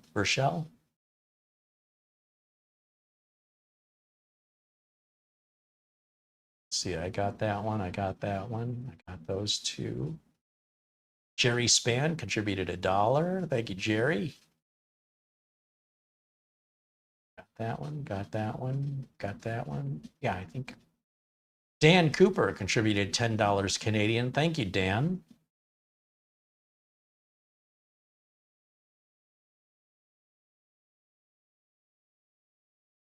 I think I got everybody. Thanks for supporting the show, guys. It's a brand new item, so I'm sure it's still in manufacturing and distribution. It'll probably be a while. We were given special treatment. Okay,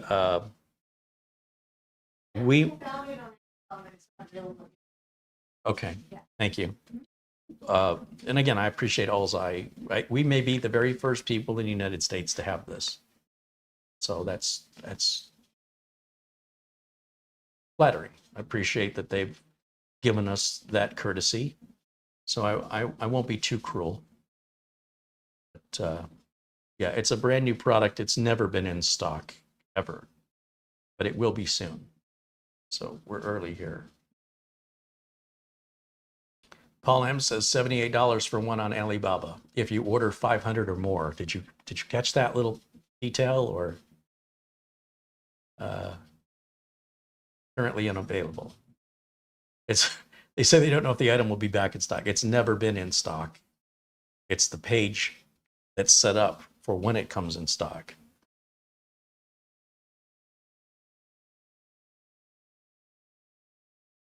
Paul M says the one I found says 1 to 50. Oh, really, Paul? Okay, well, you're looking at a different part of it. Is there a shipping cost to that? Jim wants to know if I'm going to be running a test during the stream. Well, it'd be kind of pointless if I did all this and I didn't test it. Yeah, I'll be, yeah. Bull142 contributes $10, and George Schloika contributes $10. Thank you, George. Thank you, Bull142.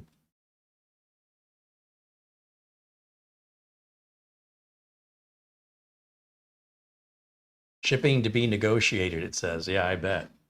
Yeah. I'd wait till Amazon gets them in. And even then, I don't even know if I'd recommend it yet. We'll find out. If this cooler works well, it's easily $130 to $160 value, based on the fact it's 360, those fans, the way they connect, and the uniqueness of the cooler and double pumps. I think they're leaving money on the table if that's the case, even with that wonky install process, because you're only going to do that once. Once it's done, you never have to think about that trauma ever again. So Bob R said, this is the real Friday mystery show. Yeah, I guess I didn't realize when I named it how that might affect the show later. Let's see here. Let's go back to the main camera. All right. David Graham with a $5 super chat. He said, this is the fourth for you. Don't get mad at Marlena because I sent her 20. She deserves it. If I had a pair of breasts, I'd deserve it too. I think that's how that works. Did you hear me? Okay, so thank you guys. Thanks for supporting the show.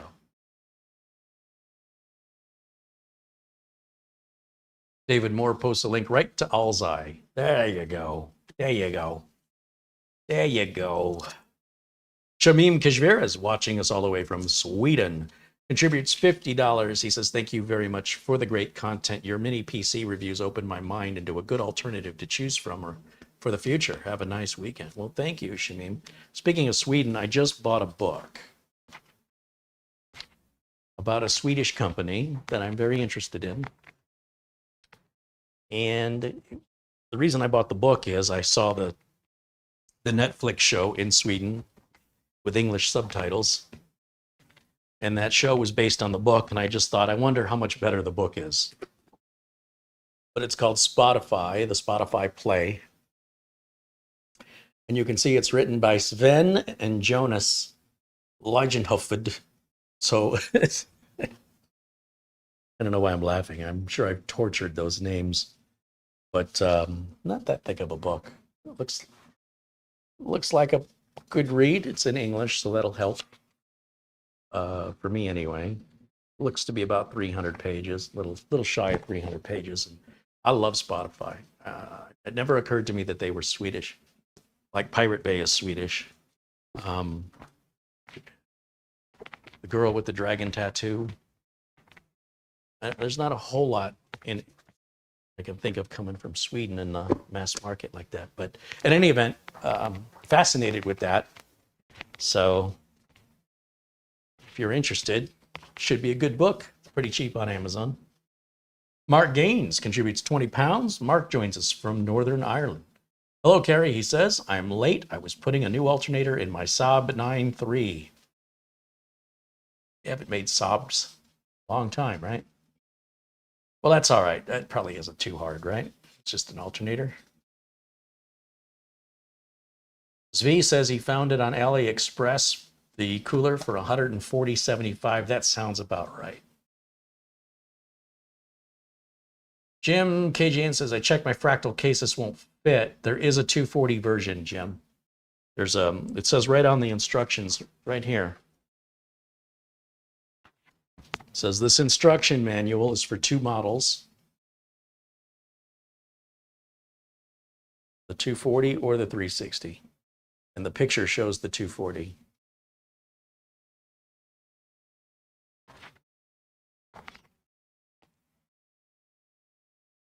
So whether or not they're making them yet, but that does seem to be in the product pipeline. Shamim says, I have Spotify Premium myself, and I love it. Oh, man. You want to talk about Spotify Premium? Let me share with you. If you look on my phone, of course I was going to knock the camera over. That's all right. It's only a $1,500 camera. It'll be fine. You look on my phone, right on my homepage, Spotify. Bring up Spotify.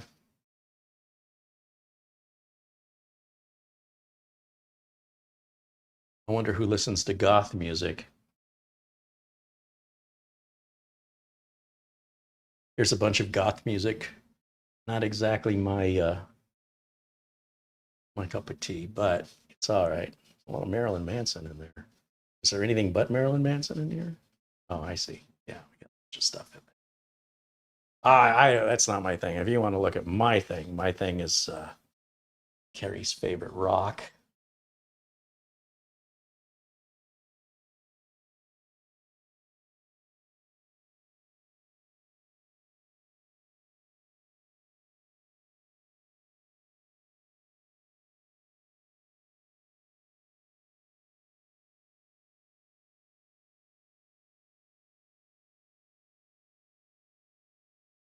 This could be a while.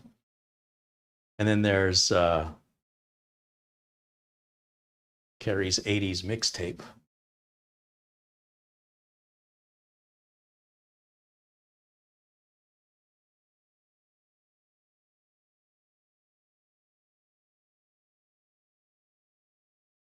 can see that elevator bar. It's got a long way to go. And then my guilty pleasure is 80s freestyle. Love me some 80s freestyle.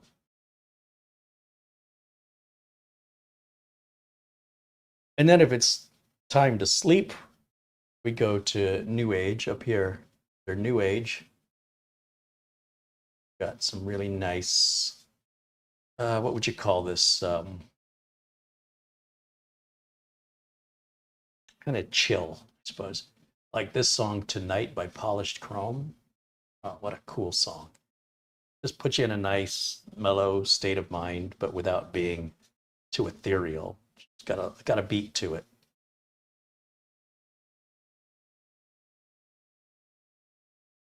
Human Spirit is a great, great chill song. And then finally, there's one other one in here, kind of a yacht rock, where it's just kind of light rock, you know. Let's go to my library.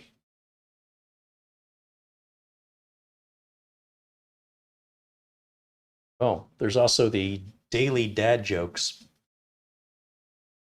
podcast. Oh, cartoons, that's going to be more recent music, generally. Well, I say that, but there's some songs I never get tired of hearing that are older.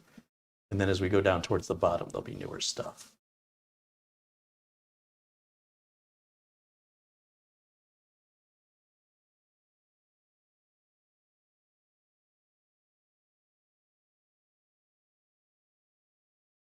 No, that's not, those are recommended. I don't want that. Dare by the Gorillas. That's a fun song. That's not new. This is just the songs I like to hear. That includes the newer songs as well as older songs that I haven't gotten sick of yet. Like Chapstick, Dirty, Love Cats, Take You Dancing. Oh, you guys can't see it. Levitating. Feel It Still. Yeah, I can hear these songs over and over and over again. Closer by La Matre. I'll never get tired of that song. It's such a fun song. There's one other. Yeah. Daily Dad Jokes.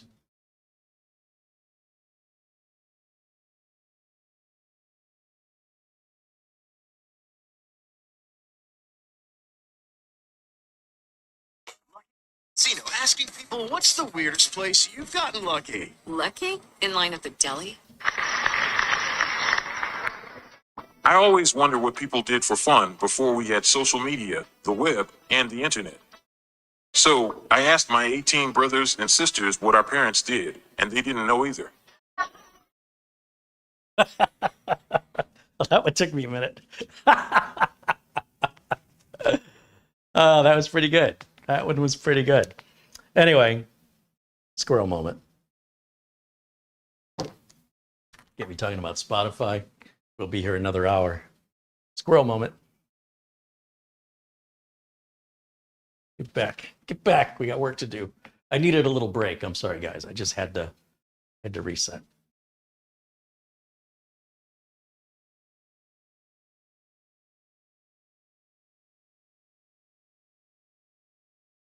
Ron Barnish says, my last concert was Metallica and I'm 80 years old. Ron, I'm 55 years old and I have never and will never go to and support that horrible, horrible money grubbing, only cares about themselves, put their own fans in jail, sue them for stealing their music. I do not like the money grubbing Metallica. I will not on principle buy any of their music or support them in any way financially. I also don't really care for their music, but Enter Sandman's been played so many times it kind of been drilled into my head. And they're a talented band. I'm not suggesting they're not talented, but I appreciate an artist who cares more about their art than they care about their money. And when you're punishing your own fans simply because they're file sharing, there was no band more punishing to their fans that I'm aware of than Metallica. So I can't get on board with them. Do I have an opinion on Metallica? No, I don't get involved.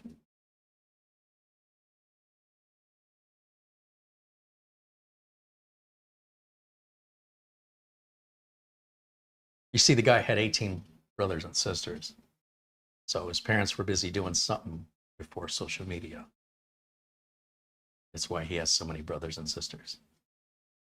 That's why that was funny. Ago. Still work trying to figure that joke out. David Graham again for $5. He goes, hey, this is because you care about us. Thank you, David. Mitchell says it's 106 here in Phoenix. That's Africa hot, and Toto rocks. Thank you, Matthew Broderick. So last concert I was at, I've seen a lot of cover bands. The last real concert.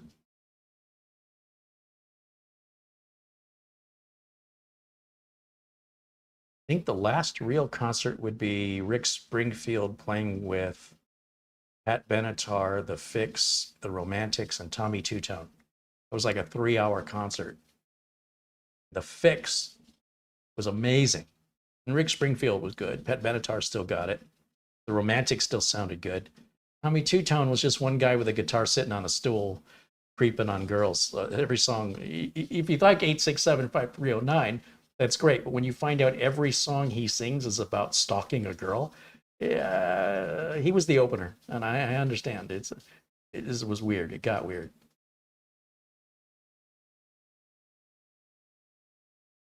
Okay, let's see. Wow, that was a long time ago, Carrie, but Metallica sued their fans. Yeah, I'm not aware of another band that did that. I think that's just horrible. That's just an ugly side that seemed petty to me. You know, you're going to squeeze 99 cents out of your fans. You know, I understand if they want to go after Napster, or they wanted to go after LimeWire, or if they wanted to go after Pirate Bay. That's really for the record company to do, not for Metallica. Metallica should have not been involved in that, in my opinion. They should have let the record company be the bad guy. Let Sony Records or EMI or whoever their label is be the bad guy. I think they made a big error in judgment, and how they still have fans. I don't get it. I don't know why they would take that abuse and still turn around and give them their money. But I mean, I guess I kind of understand. They are talented. They do a very good job at what they do as far as playing in a band and making music. That's what they should have stuck to.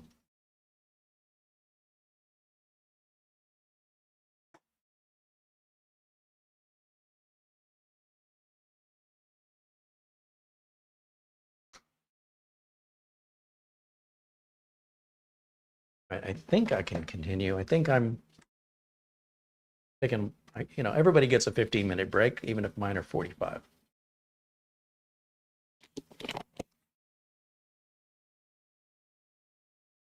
Let's see here. Let's see. So we know which way this is going on, yeah. Wires are already attached. We don't have to attach anything. It's fine. We're obviously going to run the wires up through this hole here, so it'll give it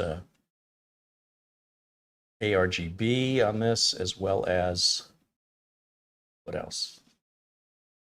Fan header? No, that's a USB plug. Is it going to get power from? Oh, that's the fan header there. So there's 3 things we're going to hook up here. One of these ARGB plugs, USB here, will go down to the USB on the motherboard.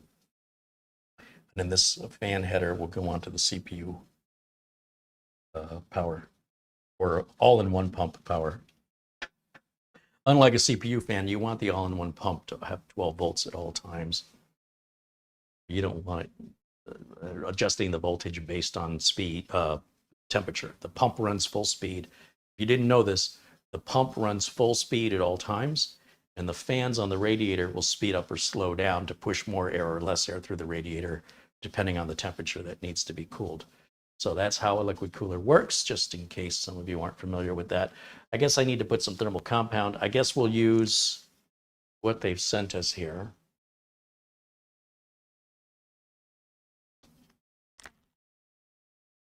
This is what? T9 Platinum. I don't know who makes that, but All these thermal compounds are basically the same. We'll use what they sent us for a fair test. There's a little seal here. I hate when they do this because this is very difficult to remove. There's no pull tab or anything. I got to get like a razor blade and cut through that. Do not like that when companies package the thermal compound. I'm going to complain about everything. I just don't know why things are made harder than they need to be made when we have more advanced, simpler ways. Oh, this does have a little bit of a preparation to it, but nothing to pull. So now that I've sort of manually started the preparation, no, see the preparation isn't good enough. It just broke without. Once again, we're right back to struggling to get this off of here, which is just unnecessary. I'd rather they wrapped a piece of tape around it than did this. I mean, in theory, if this cap simply screwed down instead of friction fit, but had little threads, you wouldn't need the tape anyway. So like I said, if you've bought thermal compound, I'm sure you've seen it where it's packaged without this tape.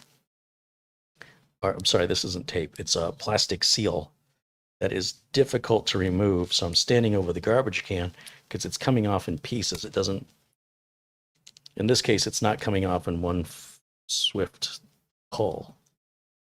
One long piece. It's just breaking. And it's wrapped. This piece is wrapped the entire length of the tube. I don't know why they've wrapped the entire length of the tube. Of course, I don't have to peel it beyond there, but now it's bugging me. So yeah.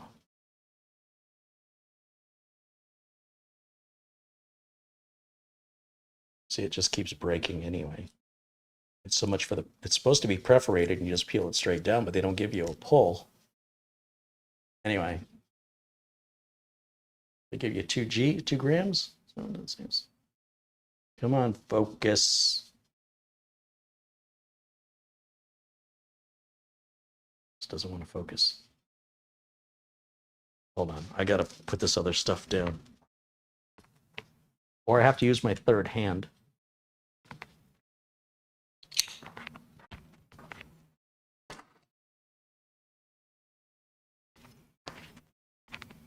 Let's see if we can do it this time. There it goes.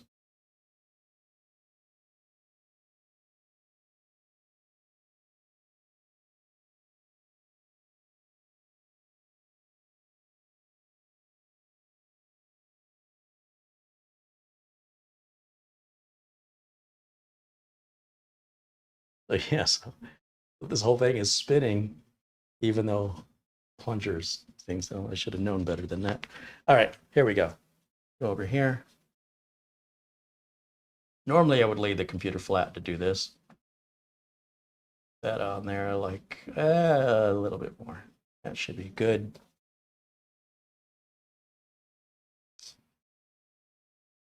They give you a lot. Thank you, Alseye, for doing that. Oh, this even has their name on it. I didn't even notice this tube of thermal compound has Alseye's name right on the top.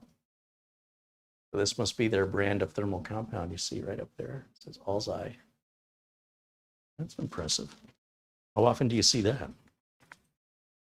And they gave us way more than we needed from the looks of things. So that could probably be used 4 or 5 times, I'm guessing, before you'd run out. Now I'm going to grab a nitrile glove here. These are non-sterile, powder-free. You don't want latex. You don't want rubber. You don't want to conduct any electricity or create any static. Nitrile is the way to go here. So put on our glove. Make sure you're using a clean glove. This one's clean. And so we'll just go ahead and spread that thermal compound. Ooh, this thermal compound is not spreading good. It's dry.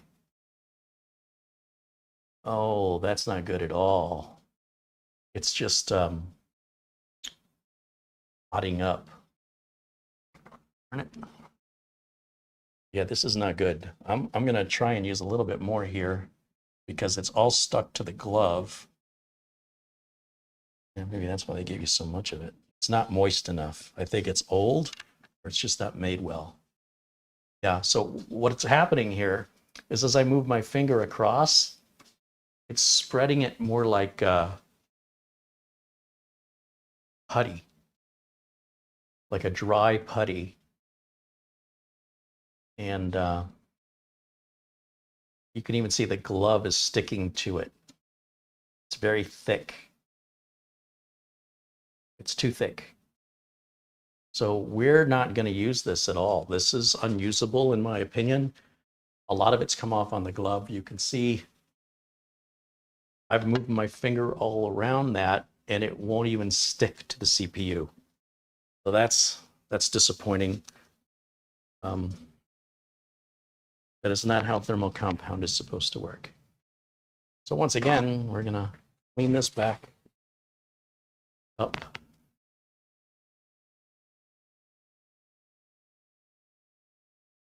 Very, very thick. This is what thermal compound will do when it gets old or if it's not manufactured properly. And I'm not sure what the case is here, but we got a strike on the installation of the back plate, and we got a strike on the included thermal compound. Right, Alseye? Everything else, we're good so far. These things need improvement. They need attention. Can't send stuff to people like that and think they're going to have a good experience with your product when it may not even be your product's fault, except the thermal compound also appears to be their product.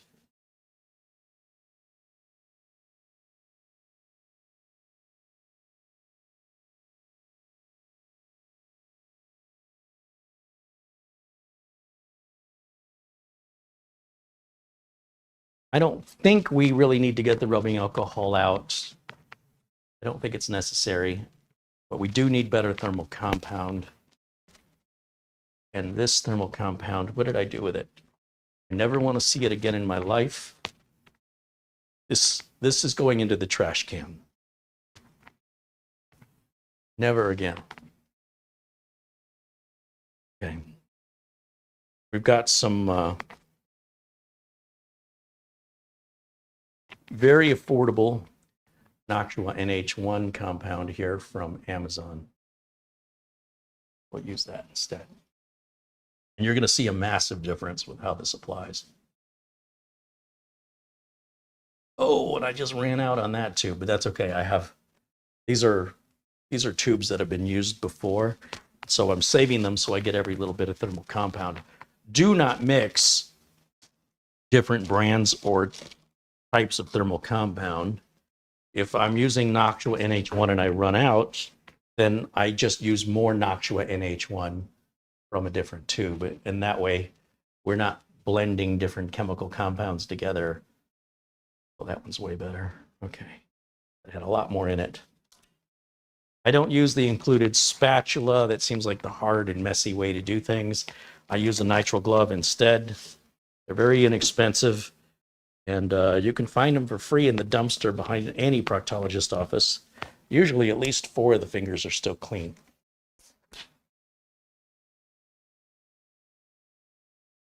I'm doing pretty good now, so I bought a box of my own.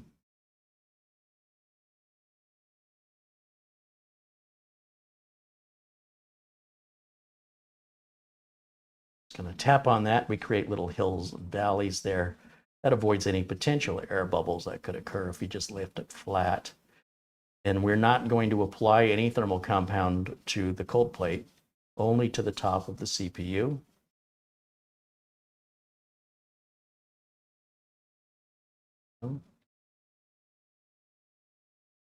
Okay, that looks good to me. And no mess, no fuss, no muss, no mess.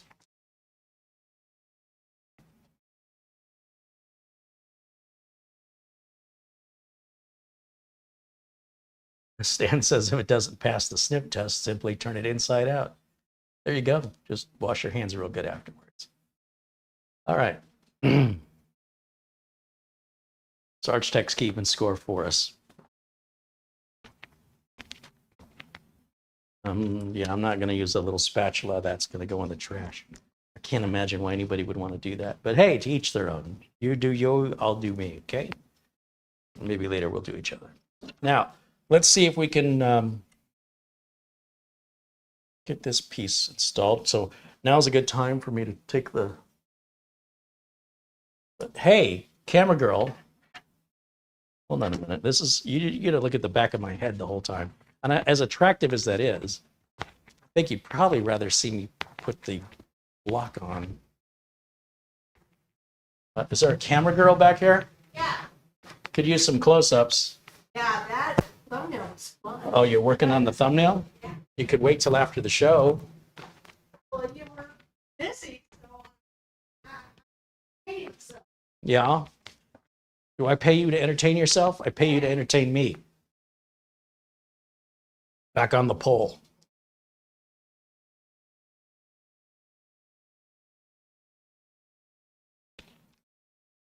Okay. Let's see.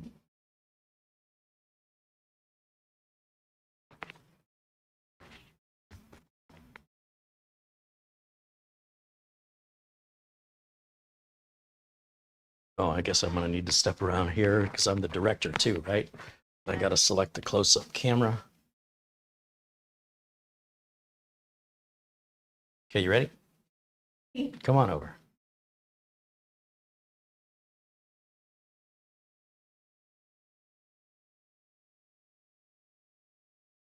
All right.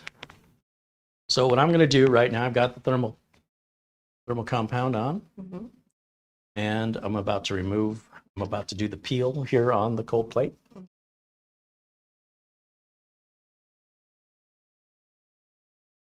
Perfect.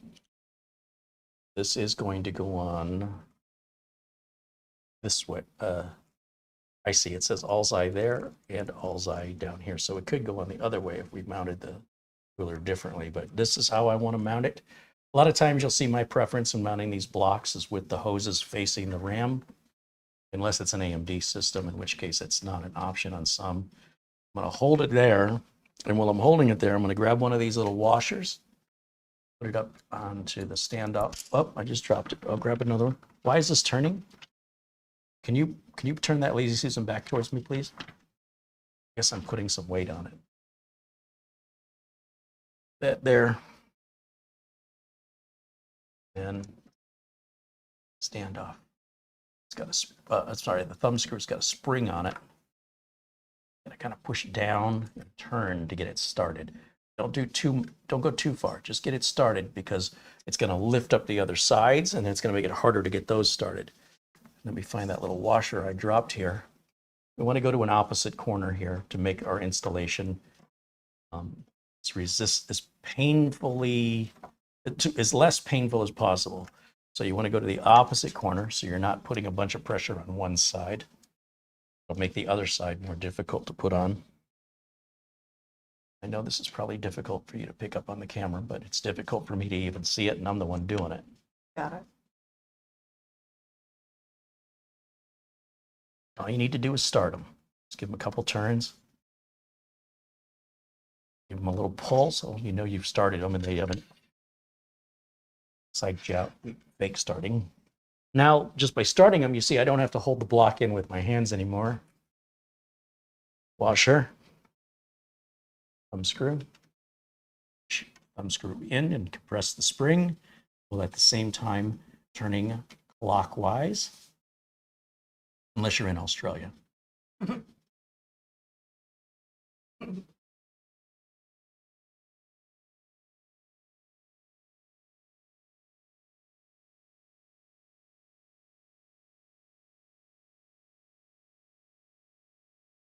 Oh, I didn't really need to press on it because it's already being pressed down by the others I've installed. Last washer.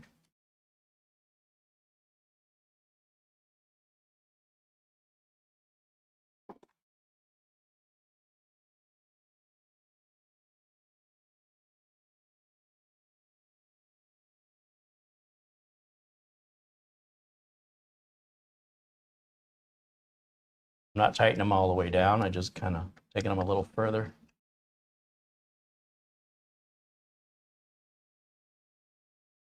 Don't have to be precise about it. Just try to even out the distribution. Now that this is the last one, this one can then be the first one going around for the next level of tightening. We'll go to the opposite corner and do the same thing. Finish taking that one. Didn't sound good. Take that one down. And then we'll go to the opposite corner, which in this case is, now I'm seeing the standoff spinning behind it. That's not a good design. That should not be happening. The standoff is preventing us from, you see it spin? Not good. All right, and we'll go over here and do this final one. So that plastic is supposed to hold that standoff from spinning because it's got that plastic piece. But it is plastic, and if you over tighten them, you will break it. Now, is it really that necessary to have this that tight? You definitely want to have a good, strong pressure down onto that plate in order to have the most effective heat transfer. So what I'm going to do is something I should not have to do, and probably you should not do. But I'm going to grab a tool here, try and hold that standoff. Which one was spinning? It was this one, right? Can I get in there with this tool?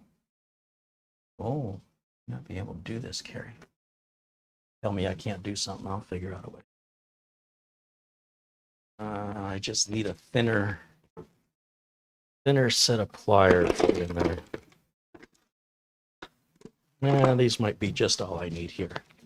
Just need something to hold on to the edges.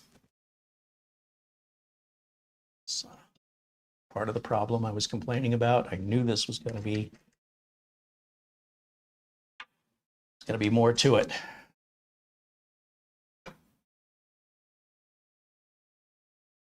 It's good.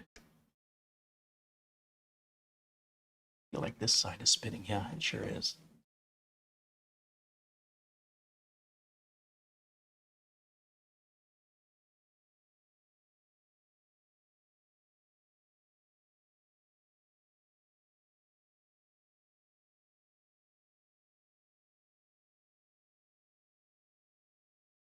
Side spinning. Every one of these is just spinning. Okay. Damage my RAM. And now you can hook it up, turn it on, and see how it works. Got a few cables to hook up, including those front fans. I'm thinking I need to put the fans on the other side for visual purposes, but it's not going to really make much difference in the cooling. So this is going to plug into the CPU fan part. That's providing power to both pumps. This cable here, this is a USB header that for some reason, or USB plug, extends into another USB plug, and it doesn't have a cover on it. And that should have a cover. There's 5 volts going to be coming out of this bad boy. What does this go to? That's very strange. So I'm going to feed that up through here.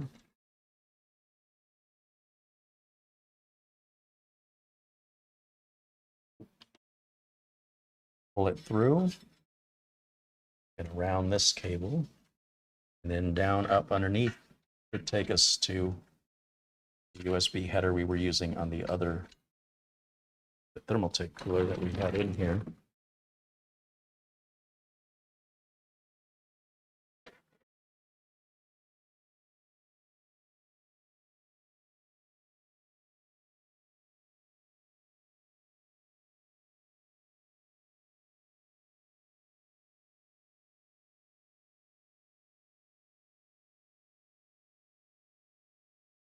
Yeah, not having a cover on this, if that touches metal, there's voltage that's going to burn the whole USB out on your motherboard potentially.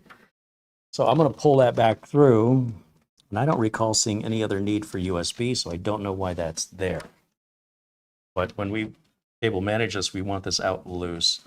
Now, when it comes to the fans, we have 2 cables, which I enjoy.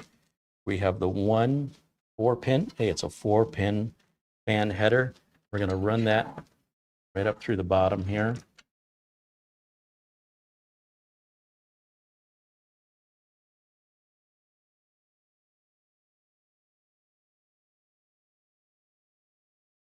Not quite sure you guys can see, but down here we've got 4 fan headers on this motherboard right down here. I'll just go over to this one on the far right, just to keep all my cables together. Could have taken the video card out so you guys could see better. That would mean I'd have to do more work, and you know, I don't want to.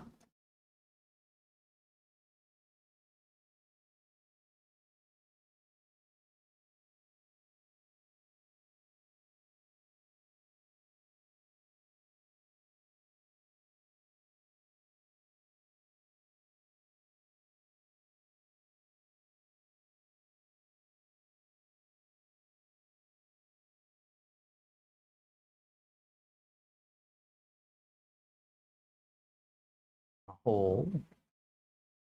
So that's what that looks like down in there. And then this wire here, along with the other wire on the fans, these are going to connect together. These are ARGB. They give you a nice cover for that one. They don't give us a cover for the USB for some reason. Bring that through there. Pull it through here. Bring it down. Like so. And as you can see, the rear fan also has the same design. So that can go in. You have arrows that face, you see the arrows? Towards each other. And then this one here can go. Here's our fans. Once again, the fans have a little cover here. Take that little cover off. Don't need it. See the little arrow? Arrow. There's nothing that clicks, that just very loosely hold together. Might even want to get some black electrical tape and tie them together. And wait, what's this one go to? Oh, this is to the front of the case, isn't it? See, this is all RGB cables back here that you would not have to deal with if you didn't want this nonsense. But hey, all the kids are doing it. All right, so now that should tie in the RGB that's on the case. The other one's the RGB that's on the fans. The other one that's RGB that's on the block. And this white one is the RGB that's on the rear fan. That should cover us on RGB. This, as I mentioned, this is going to have 5 volts hot. Really need to cover that up. Stay on. Maybe this with a little electrical tape. It's terrible. It's all unnecessary. It shouldn't be here. And if they were going to include it, they should have covered it. That's a great way to blow a good motherboard.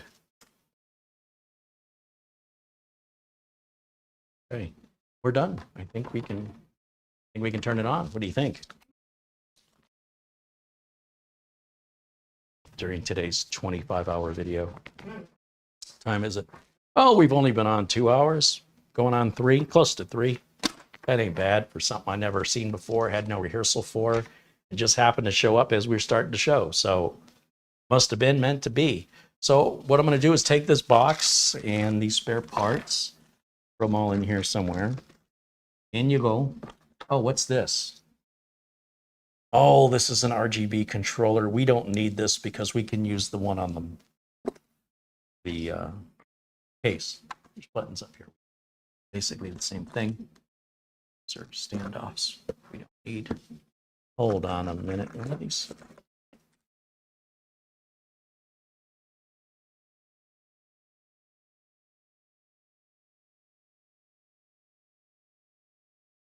Uh-oh. Uh-oh.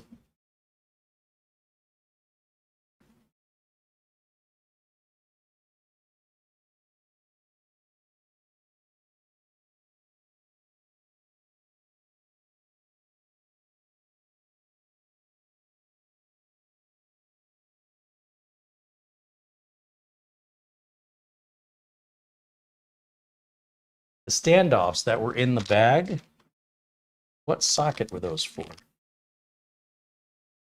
Backplate, screw, and nut kit. That's what we used.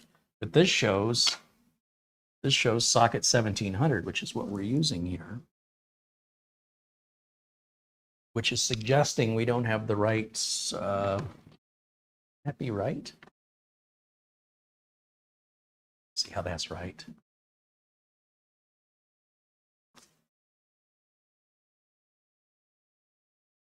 It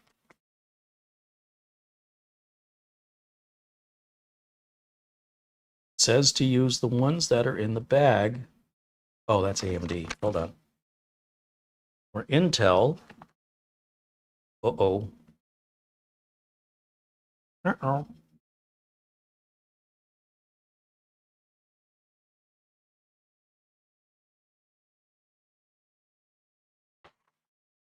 Says to use M. What's letter M say?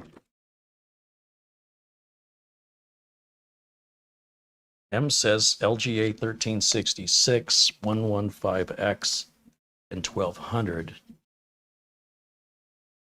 L says LGA 1700. So this is LGA 1700 here. I don't really think it makes a difference. I think they're pretty much the same. Well, they must be different. But they worked. What's the difference? Guess I'd have to take it apart and set them side by side. It almost looks like these are longer than I remember.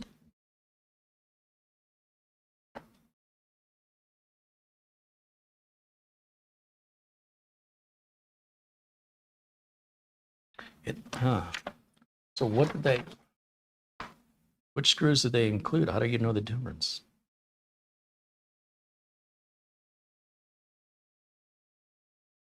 It says the screws for LGA 1366 and 1200 and 115X, those standoffs are called letter M, and the standoffs we need are called letter L, and the standoffs you need for LGA 2011 and 2066 is letter K.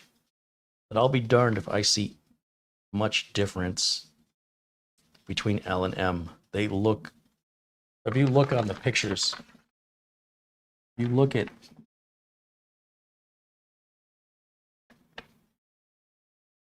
screw here is called M, screw over here is called L. Tell me those don't look exactly the same. If anything, so the bottom's the same, center part seems to be the same height, but maybe it isn't. The screw length maybe is a little bit longer, but we didn't have any problem reaching. It feels a little redundant. I don't know that it's necessary. I think we can turn it on fine. It feels fine. But if it's not working well, I'll assume that those have to be changed out. But if it does work well, then I don't think they're necessary to separate that. I don't know that other manufacturers give you different standoffs. And I don't know what standoffs they gave us in this bag. And why did they include it with the thumb screws? Why didn't they separate all of these so we knew which ones to use?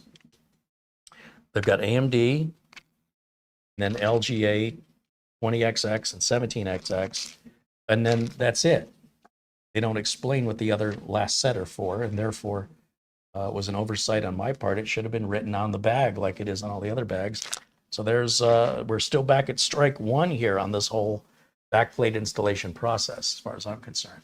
But we're on. I think it's good. I'm going to get a keyboard and a mouse. I was putting this away before I got distracted, so let's put this back. And I might turn the fans around, but I won't do all that on camera. If I'm going to switch the standoffs out, which I don't think is necessary, but I might just do it because, you know me, right? I'm going to do it anyway. And then I might turn those fans around. We'll see what they look like. And then I'll do that off camera, and we'll take another visit to this another day. Unless this cooler doesn't work well. Let's hope it works better than that thermal take I had in there, because that thing was barely passing. Okay, keyboard and a mouse. Keyboard and mouse. Plug that back here somewhere. I need a video cable and I need a power cable.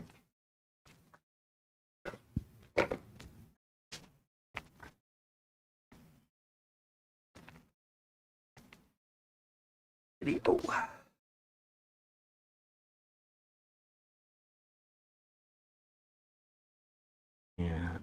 Power.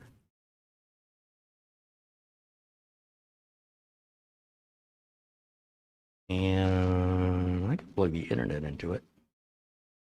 Here's my.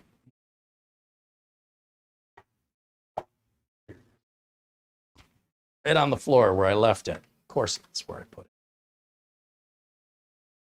Turn the power on here.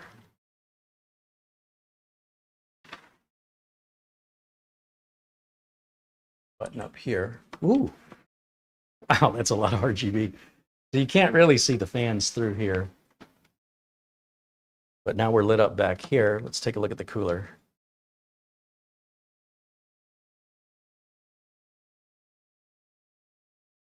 I wonder what it takes to get the readout here.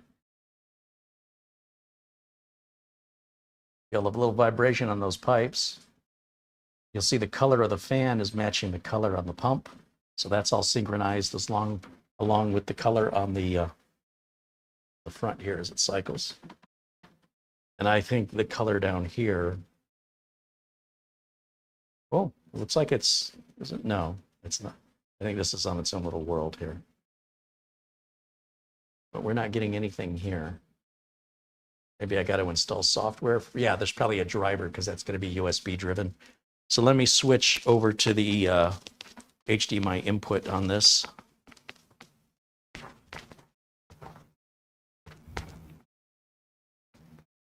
see here. Camera 1. All right, you're clear. Thank you for that. And we'll go to HDMI input. Hopefully we're, oh yeah, here we go.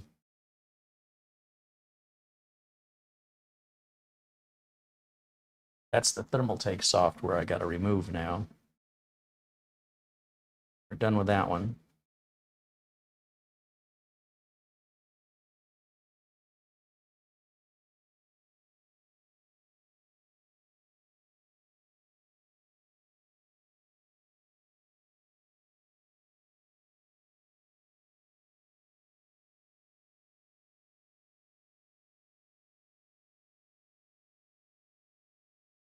Drive, we're going to uninstall that.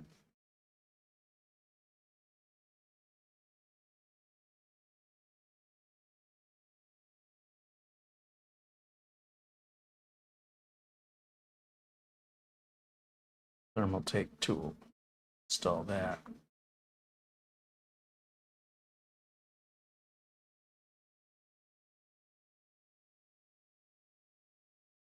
says it's been uninstalled, but it's still running down in the system tray.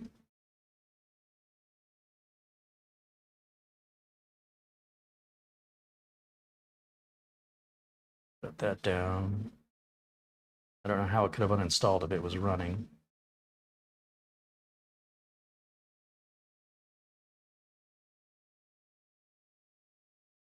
Probably should have did that first before I uninstalled it.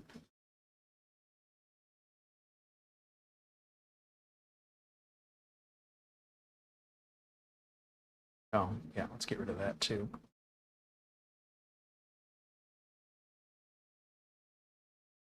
No more Thermaltake. We're going to keep this all Alseye.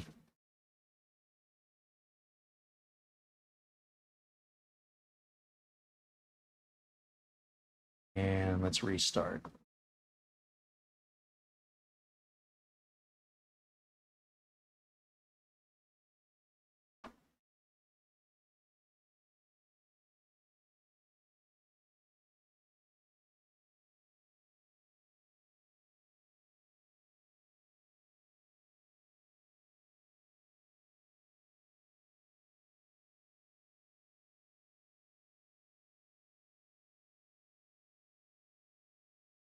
Okay.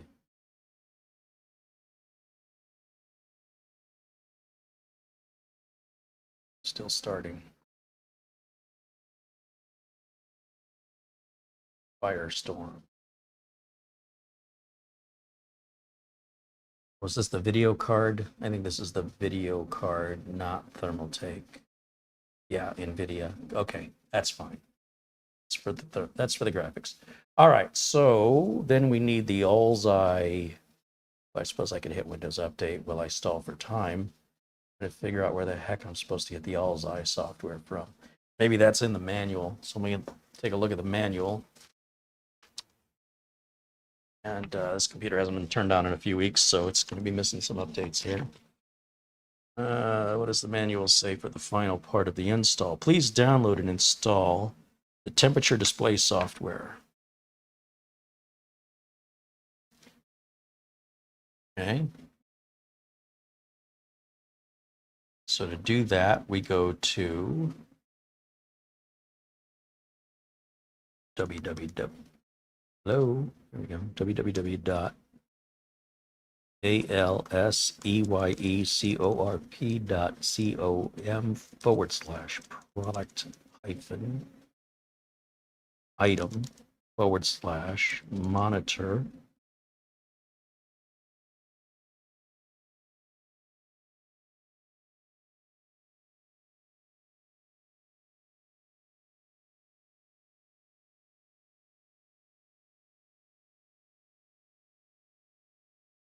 Goes down.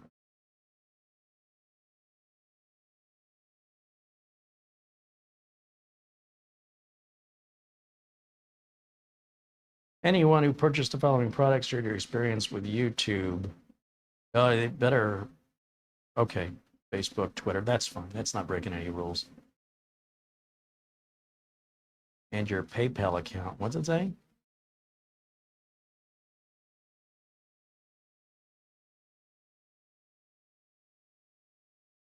They'll give you $1 to $2 here, $2 to $3, $3 to $4, $4 to $5. Complete the reward transfer within 48 hours after reviewing, and we invite you to subscribe to our Facebook and YouTube. Okay, well, I guess that's all right. They're not telling you to do it on Amazon, so not breaking any rules there. Just encouraging financially people to leave a review. They're not even saying it has to be a positive review. Okay. Download it, decompress it, select your language, select your install directory, hit finish, set up the auto start icon, set up Fahrenheit or Celsius. Okay. Okay. Oh, wait. Yeah, continue down.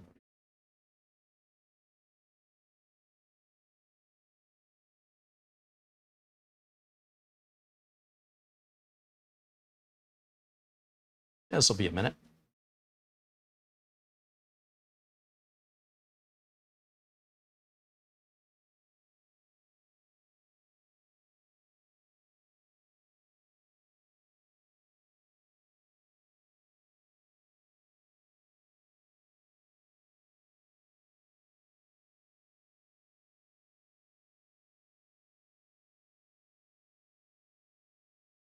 Winston Lou says, I love the work you're doing. Hey, thank you, Winston. I appreciate that you appreciate what I do. David Dix at Rock City PC said a customer brought me an Intermax all-in-one to install for him, and I did the exact same. It had standoffs for 115X and 1200, and then another set for 1700, and they were identical. There's got to be a difference. There's got to be. Sarge Tech said, send them this video so they can see what you had to do to get this thing installed and running. They sent this to me. I think I'm the first person in the United States to have one. I expect they are eagerly anticipating the review that I'm making, which is why they sent it. I don't think I need to, I mean, I'll let them know, but they know who I am, and they are very much anticipating this video, and they got to be pleased with how fast the video was made. Literally, it showed up at the door while we were live, and we just said, let's open it and do it now. That's kind of cool, huh?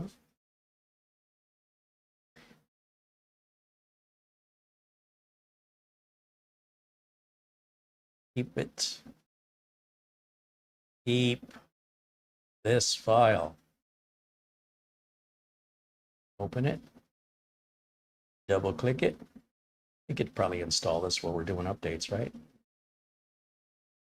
Windows protected your PC.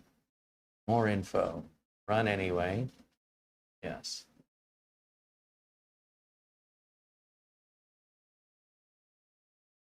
That didn't take much.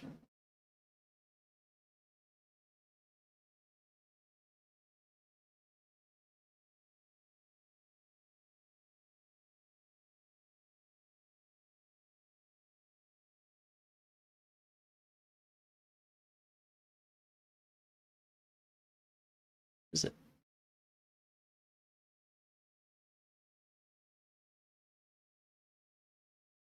Fans are getting loud.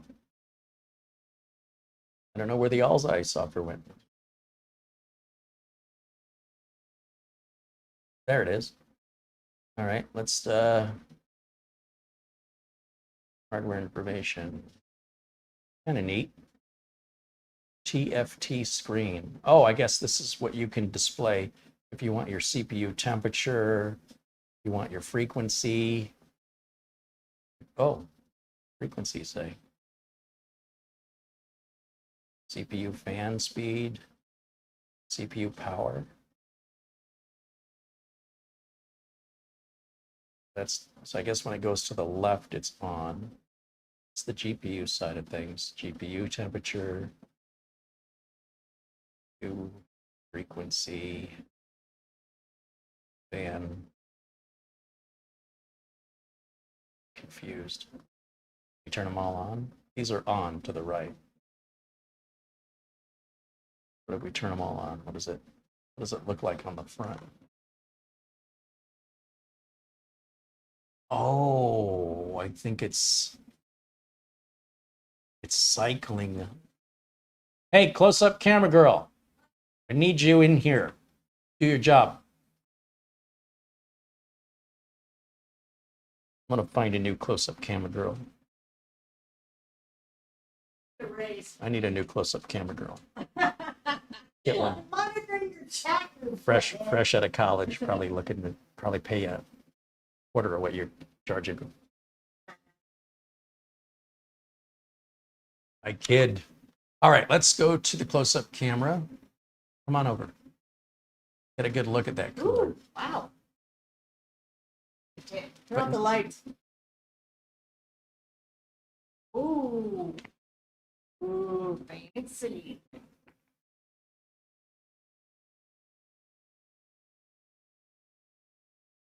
So we're at 52 degrees on the CPU. That's kind of a high idle temperature. Oh, well, we're doing updates though. That's our 5.1 gigahertz we're running at on that CPU. And that's the CPU pump, S speed, 3,391 RPM. We're using 32 watts.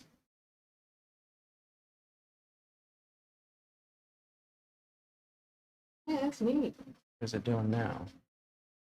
Getting GPU information. Yeah, 36 degrees C on the GPU.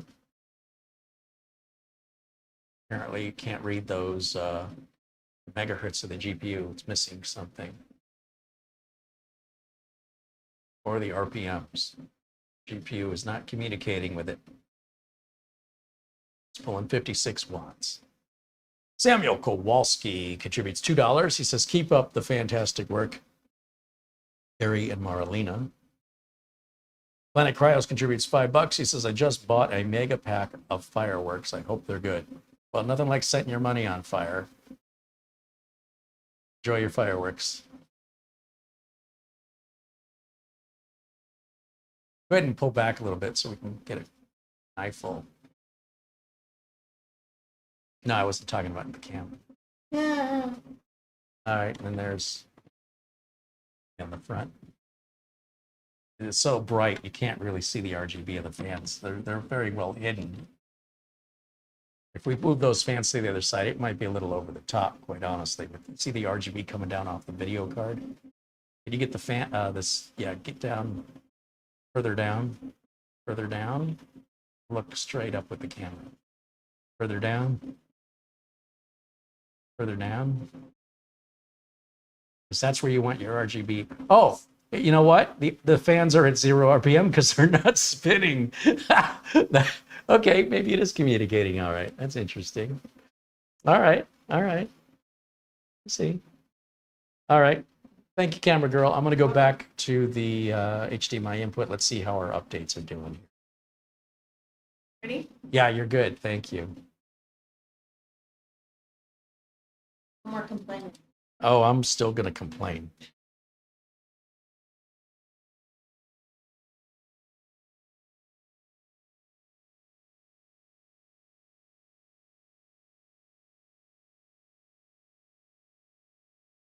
What is in the hose? Freon?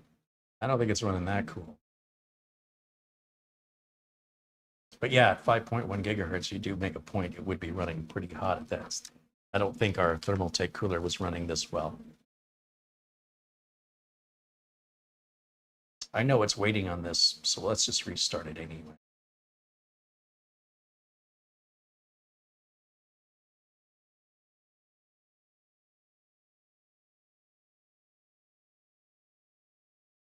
And we'll turn camera 1 back on, and I'll just put myself in a corner, I guess. Once I find the right input, stand by. Camera 1. We need to bring in studio lights back up. And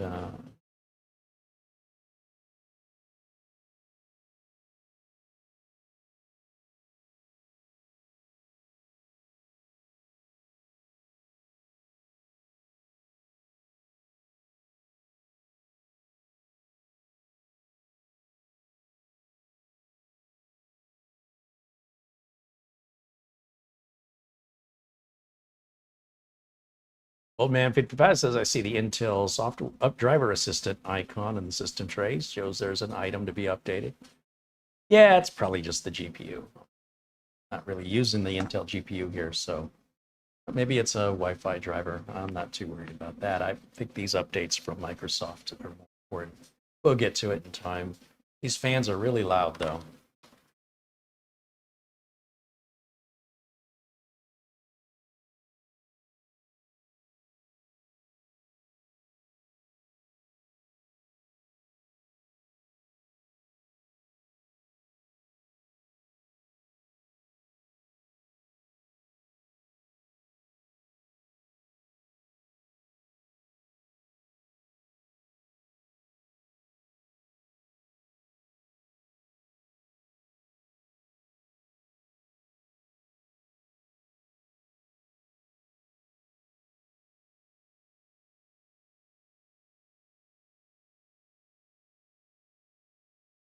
Some people have been asking who were chosen to receive mini PCs where they are. We have a holiday, 4th of July, you might have heard of it, and there's no shipping on that day for anybody. And there were 12 computers going out, and I got 6 of them out this week, and I will get 6 others out at some point next week. They do take a lot of time to prepare, to pack. I don't take them all at once. I took 3 on Monday and 3 on Wednesday. So hopefully I can do that again next week. So if you did not get an email from me with a tracking number, then you're in the queue. But yeah, they're going through Windows updates. It's at least an hour to go through them before I can rebox them, and then have to package them. I've got to get the address, got to get it all taped up, and when I get 3 of them, I get them boxed up, take them together over to the FedEx store. They're all going out to FedEx, and you will get an update from me when it ships.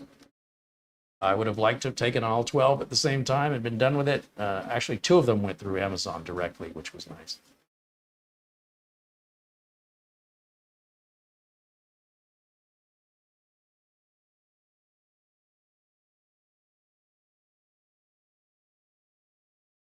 And I appreciate you guys, and I hope you'll enjoy those mini PCs. LRCX already got his. He's already enjoying it.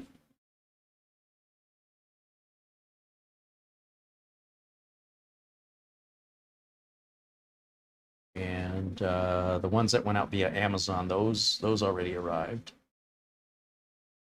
And do please let me know when you receive yours, so I can know that help desk ticket is pretty much the way I'm referring to it, can be closed. Transaction has successfully completed. So I like getting that confirmation that you received it, it works, we're good. And move on to the next one.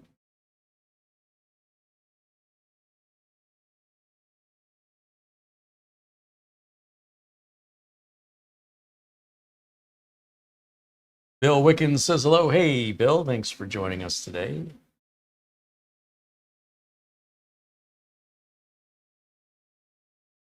Yeah, this got really loud. There must be a way to quiet this down.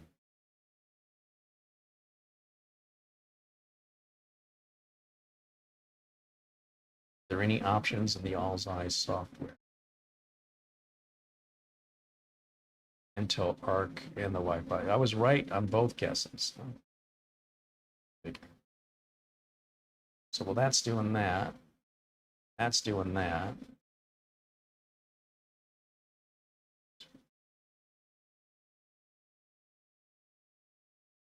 Alseye software.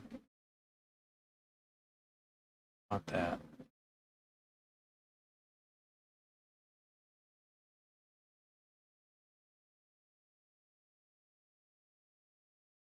I don't see anything for fan noise. This is just information. This is just the screen. So this controls the speed of the information on the screen. Okay. This is what? What is this? Oh, shape. What's this one? I don't know what this one does. Oh, is this going to rotate the screen if we put the cooler in the other direction?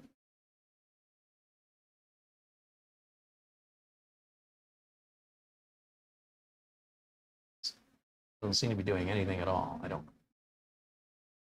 grab this and rotate it. I think that's what that's for, but I don't know what it's doing. I don't see. Oh, it's quieting down.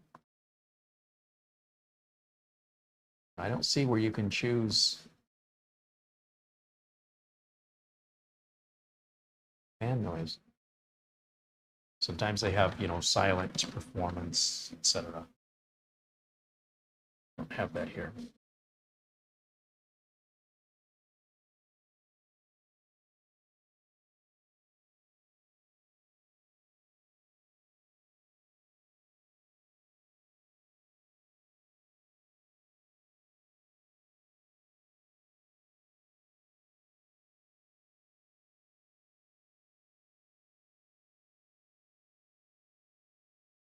Yeah, they're going to fight with that display driver, so we'll let Intel do theirs.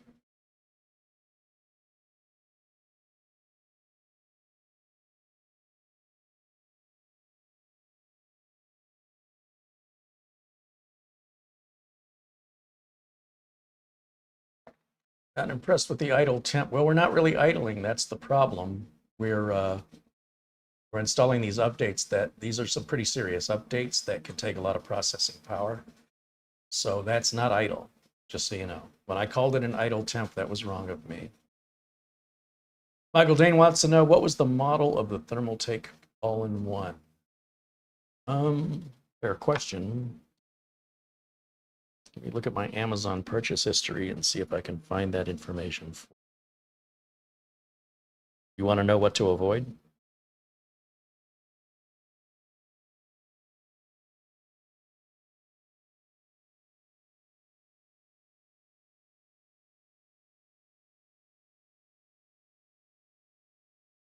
That was a Thermaltake Tough Liquid Ultra 240 all-in-one. Thermaltake Tough Liquid Ultra 240 all-in-one. And, ooh, wow, that was $200? Yeah, no. I'd have been better off with an NZXT. I think I wanted to get the NZXT, but it was out of stock for 30 days, and I didn't want to wait that long. Yeah, that's an expensive Thermaltake. And on a lower-end CPU, which probably wouldn't even benefit from requiring a liquid cooler, it would work fine, obviously.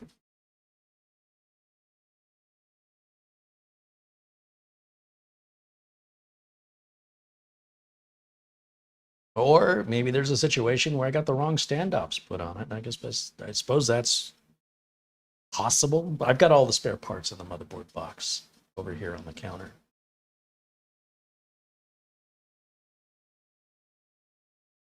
Michael Dane says 10700K CPU. Yeah, how many watts is that CPU?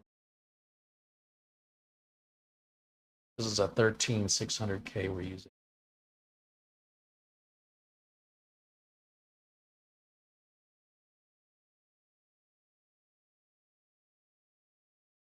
Please restart your PC now to continue installing update. So we got a Wi-Fi, Bluetooth, and video drive. So we want to wait for that to finish. Then while we're waiting, I think Amazon just dropped something off. Would you mind checking the front door? Yeah. Looks like Amazon was here. I think that's some more of those Beijing solid state drives. They're $82 for Gen 4 2 terabyte, 5-year warranty, 7,300 megabytes per second read speed. That's going to be 14 of those I've ordered. I ran out. I bought 10. No, I bought 8. I ran out. I needed 2 more. I used those 2 right away. Now I ordered. Should be. Can you open that up? Thank you.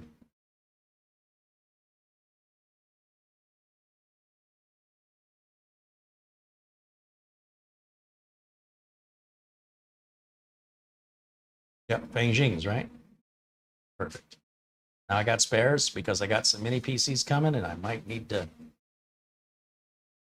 These mini PCs, you know, they're pretty good, but they tend to gimp themselves by putting in lower end storage. And you can improve the performance of some of these significantly by not only multiplying the amount of storage your capacity, but also multiplying the speed with which it reads. Would you mind checking the mail for me?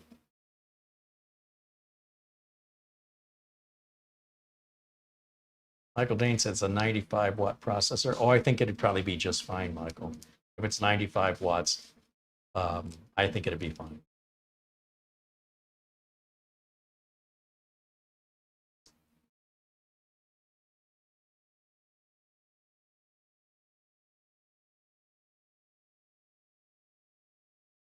I will copy and paste the parts list of this build into the video notes of this video after the stream for anybody who wants to know, you know, case, the power supply, the RAM, the CPU, the motherboard. We'll add all that. Or just look on my YouTube page for the latest hot dog build, and you can get that information if you don't want to wait. It's right in the video notes. Since we didn't know we were going to do this today, I wasn't prepared in the video notes. They're pretty sparse today, but I will fix that after the show.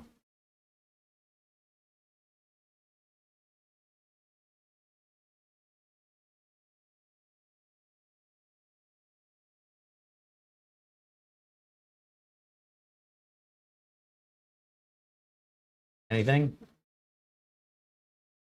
Oh, what do I have? Crap. Yeah, that goes in the We trash. have not crap. Well, that might be crap. Does that looks like AliExpress, so it'd be crap. Is it a bag in a bag?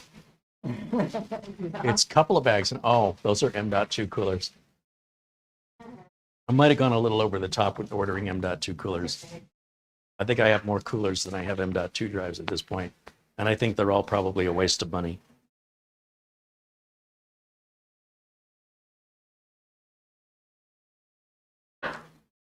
But they were like $10 a piece, so you know, what are you gonna do?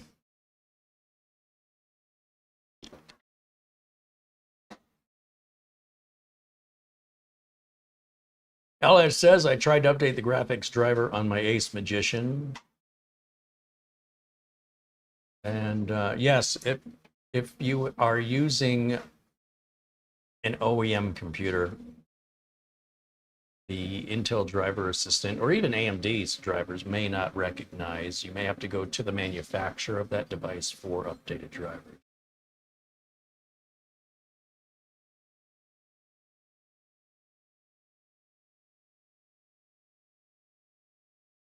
LH says a customized computer driver is installed. You can still probably install over it. It's just a boilerplate disclaimer. It'll, because the CPU they're using is a laptop CPU. Most laptops are considered OEM and are considered that you need to run the OEM's drivers as a priority and maybe as a necessity.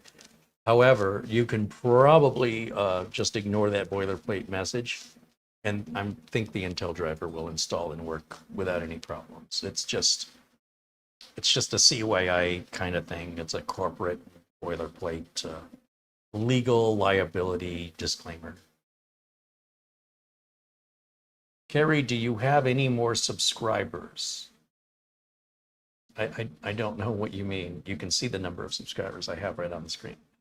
Patrick could be able to waste money search. Sean McDermott says my GTR 6 has developed an issue. It keeps going into sleep mode and you have to turn it off. Well, disable sleep mode. Just disable it. There's a command you can type. Just type into Google how to disable sleep mode or how to disable hibernation and turn the hibernation off using the command line. Fix that, nip that in the bud. That's sleeping and hibernation is for saving batteries. So if you're not on a laptop, you shouldn't be using it.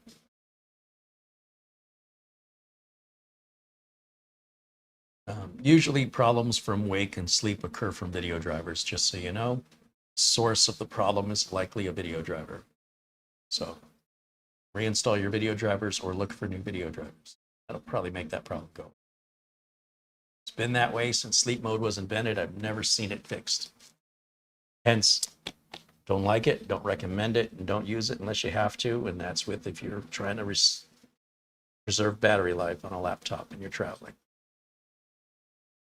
If you're plugging in, just turn your monitor off after a certain amount of time. That's the thing that sucks up the most power.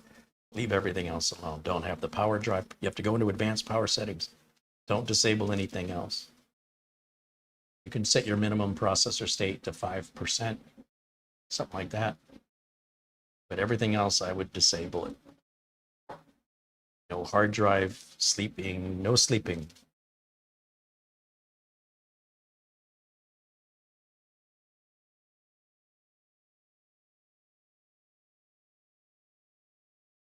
It's a big update.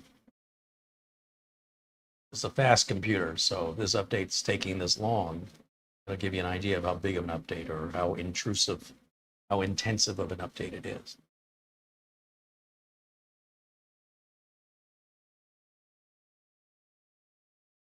Oh, we are climbing on 4 hours on this video here if we keep going. Let's hope this doesn't go on too much longer. I need to eat something.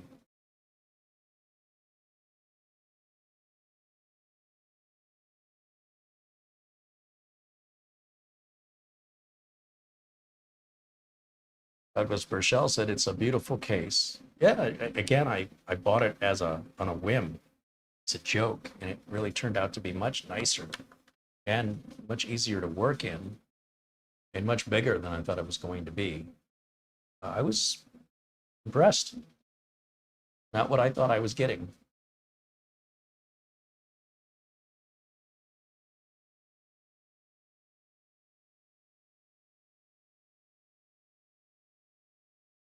David wants to know, can I be blue and green? No, you are either blue or you are green. You are one or the other. Carry an adrenaline software update freezes at 76%. What can cause that? It's AMD. I mean, AMD's had driver problems as long as I can remember. It's one of the reasons I don't like using AMD. I don't like the Radeon cards. They've had a history of driver problems. Well, Google search going all the way back to the early 2000s. They still seem, I mean, they seem to be better now, but there's still issues from time to time. And the adrenaline software can also create a lot of issues. So, you know, when people talk about AMD and I mention why I don't like them, there's more to AMD than just the CPU. You've got the motherboard manufacturer involved, and you've got drivers involved, and all these things have an impact on your overall experience with the product. As a result, I'm just not, I want to keep my company in business, and AMD is great if you're a hobbyist or a home user. You're a gamer and you want to go Team Red, you know, have at it. I'm not telling you not to, but as a business owner, everybody I've sold an AMD to, it's all gone back to Intel after the experience, including Camera Girl. I very open-mindedly went AMD for about 2 years. And then was begging me to just please, please, please get me something else. Get me an Intel. Done with it. So we've not had good experiences here, and it would be very costly to my business to have to handle support questions like that for my clients, because I don't get those kind of questions on the Intel platform. So basically, the company you need to call is your motherboard manufacturer, or if you have if you bought a system that's already pre-built from a system integrator, then you would contact their support.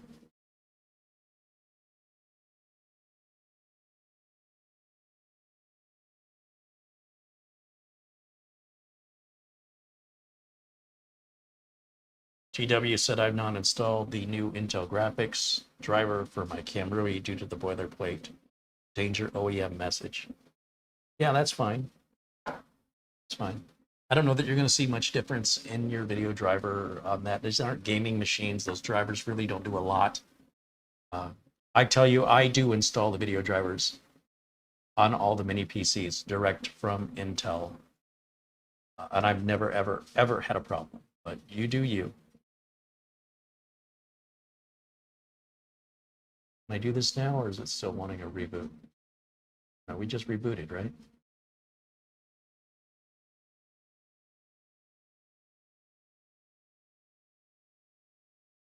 Suppose if it didn't work, you know, you just roll the driver back out. It shouldn't be a big. And if you had a system backup like you're supposed to have, it wouldn't matter anyway. You just restart from your backup. So I don't know why it's such a big deal. It's not. It's not like if this doesn't work, it's going to blow up and ruin your computer. I mean, unless you don't have backups, unless you're not a responsible user, in which case just leave it alone. Do exactly what you're doing. Don't change what you're doing.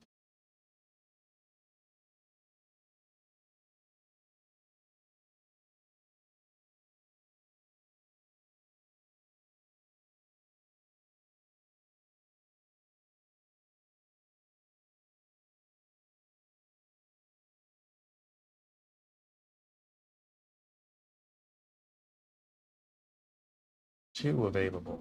Install all. I don't like this install history.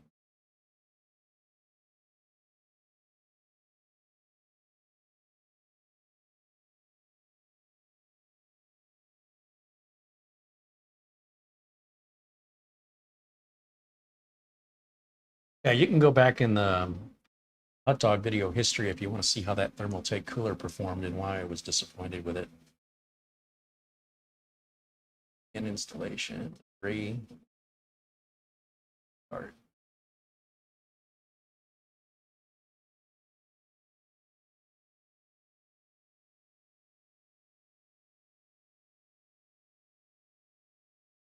David Graham says, I know, can I get a wrench after my name? Why? David, you have to earn that wrench. It's not something that's purchased or asked for. You just have to be a member of the channel in our chat room for a while, so I get to know you. It's something I hand out to people that I see are kind in the chat room and are in a lot of shows, and you just get it. All right. What is happening here? I've never seen this before. We're not even using the Intel graphics card, so what am I doing?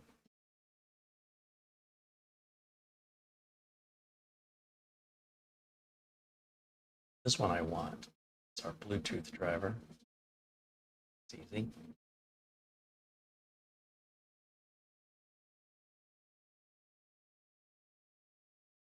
Definitely want the latest Wi-Fi and Bluetooth drivers for the best, most reliable connection, including best performance and security. So definitely want those. And then we're going to go back over to Windows updates and see what else we're missing over here. David Ice just became a supporter. Hey, thank you, David. View option. Well, that's going to want to put the Intel. Again, we are not using the Intel display driver. I could go into the BIOS and disable it. What I should do, because we've got that NVIDIA, whatever that is in there. Zotac. Geez, I don't know.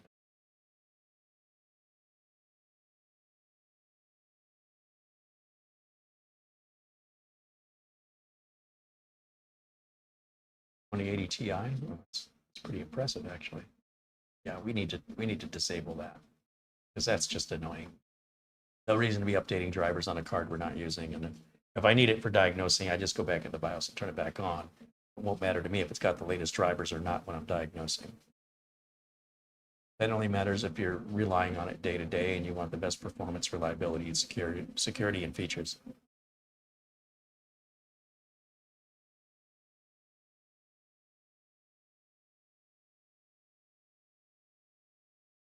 Okay, now it wants to restart. Let's restart that.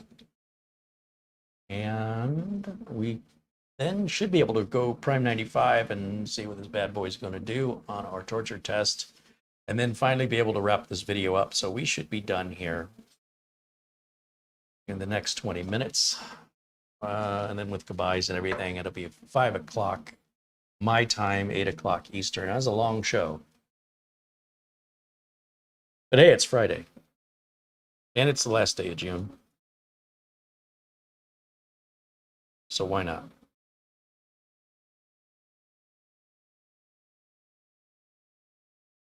And there's a way to get rid of that from stop, both these add-ons from the video card maker and the all-in-one maker.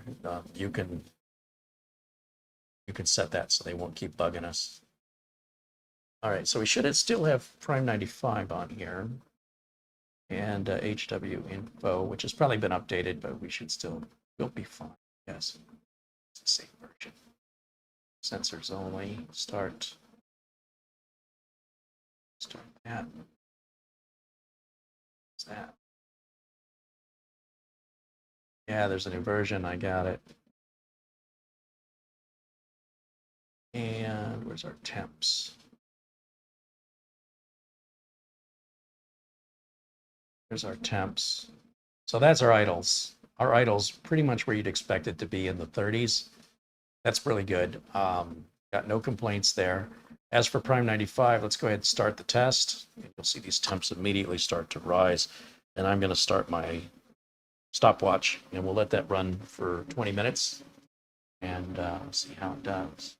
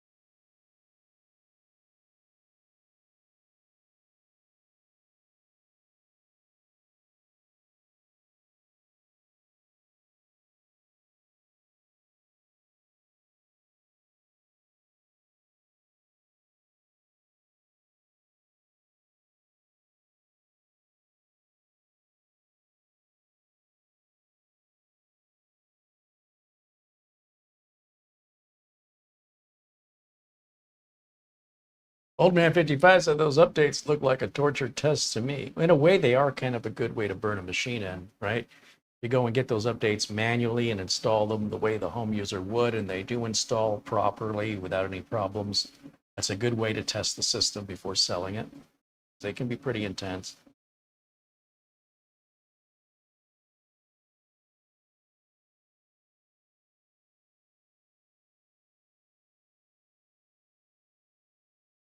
Paul says using that program, you can pin the temps down into the taskbar on the right side.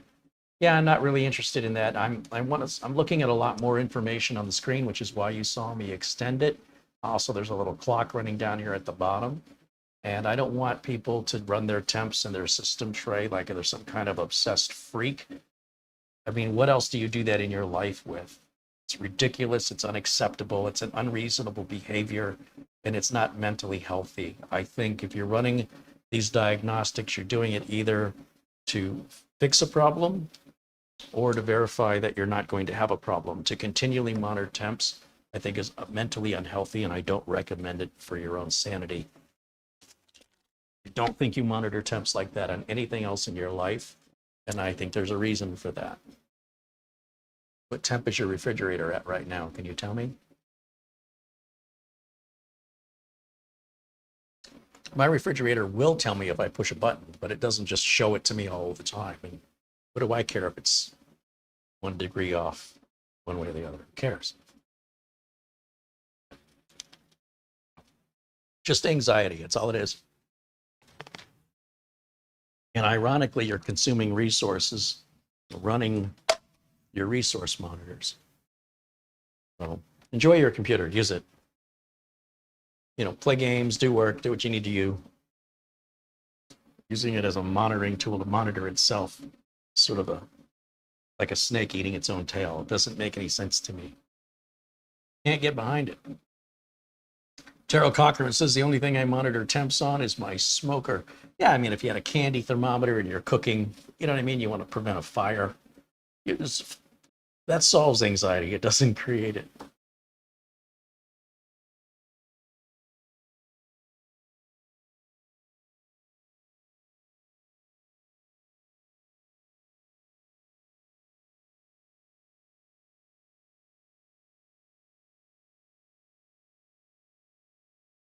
David Graham says all that matters is it's cool and not overheating. Well, again, it doesn't have to be cool.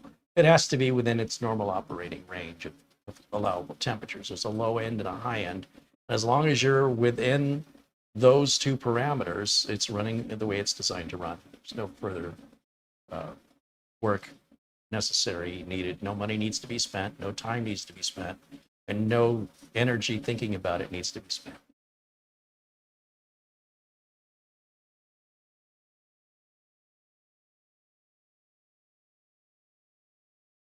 Dr. Bill said it was a real good show today. Thank you. Well, thanks, Bill. Dr. Bills. Dr. Billis. Can't see without my glasses. Are you the Bills from the doctor? Doctor Invoices? Sarge Tech said, unless you're sick, monitoring your temperature is advisable. Unless you are sick, monitoring your temperature is advisable.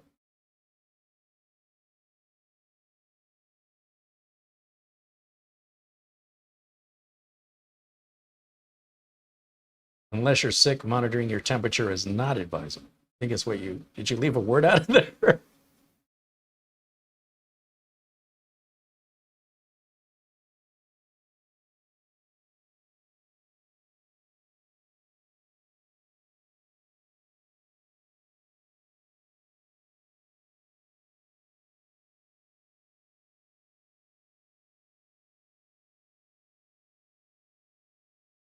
Or he meant to say, if you're sick, monitoring your temperature is advisable. There you go. It's the same with the computer. If the computer's not sick, why are you monitoring its temps? It's just looking to make a problem. That's all I can tell. So you're just somebody who you're looking for a problem when you don't have one. Well, you look hard enough for anything and you'll find it. And I would advise you not to go looking for things you don't want to find. Sometimes ignorance is bliss. You gotta choose. You want to be happy? It's your choice. All right, we're sitting really good. It's only 62. What's our max? Our max has only been 69, and we are at 6.5 minutes. But I think if you compare this to the thermal take, I think this is doing way better. But well, let's give it some time. Because Prime 95 can get pretty intensive on the processing tasks, which can generate a lot of heat. So that's why we run it for the full 20 minutes. Now, if anybody has any final questions, I'm going to go ahead and start wrapping up things. And unless this takes a rapid turn in the other direction, I want to say thank you to everybody who's contributed today, including the Zelle contributions from Frankie B and Giordani,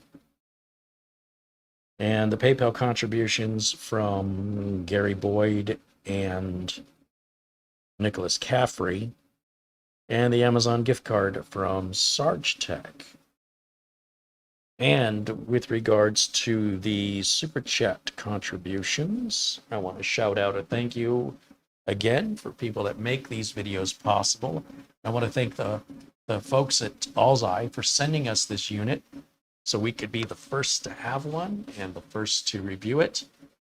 And I think it fits really well with the Alseye case, and it definitely, so far, seems to be working way better than the twice as expensive.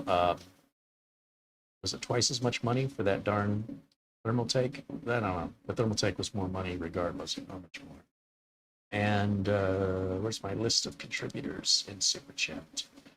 Here we go. Samuel Kowalski with $2. Thank you. Planet Cryos, thank you. Craig Casabona, thank you. Winston Liu and David Graham, find me in Hawaii, thank you. Mark Gaines, watching us in Northern Ireland, thank you. Shamim Kashvira is watching us in Sweden. Thank you for your Super Chat contribution. David Graham again. Bull142, George Schloika. David Graham again. Douglas Burschel. Roy Starman. Paul M. David Graham. Wow, David's been very generous today. A couple times there. Jerry Span and David Graham again.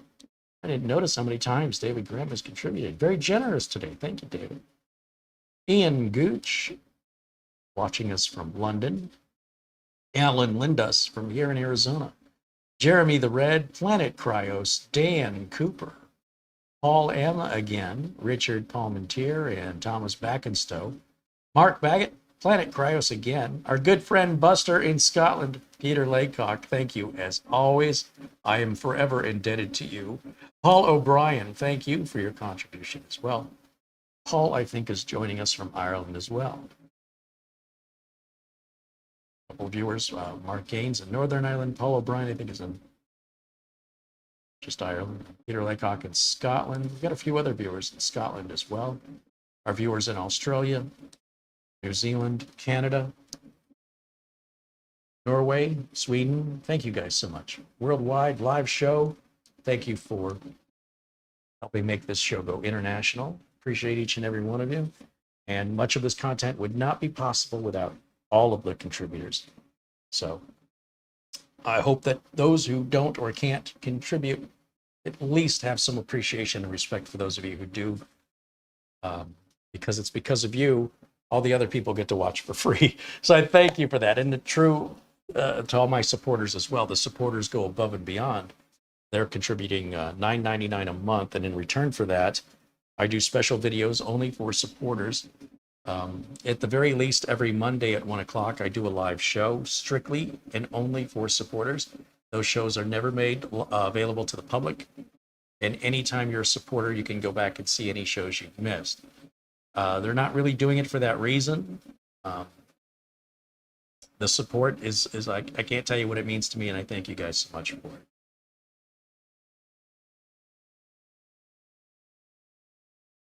How are my temps doing? We had a max 73 so far out of how many? We're 11 minutes in. Oh yeah, I've got a timer. I keep forgetting I have a timer on the bottom of HW info down there. That's clock is ticking. We're still really, really good.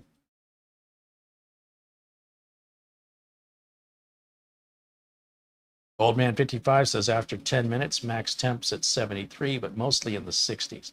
We've seen, air coolers jump up into the 80s within the first 2 minutes. This 13600 can be a bugger to chill. The same with the 13900 to 12900. The 13600 for some reason it's a high wattage chip. I don't know why Intel decided to do that. It's a good value for a gamer, I'll tell you that. Douglas Burschel says, we love you, Carrie and Camera Girl. Hey, back at you, Douglas. Thank you.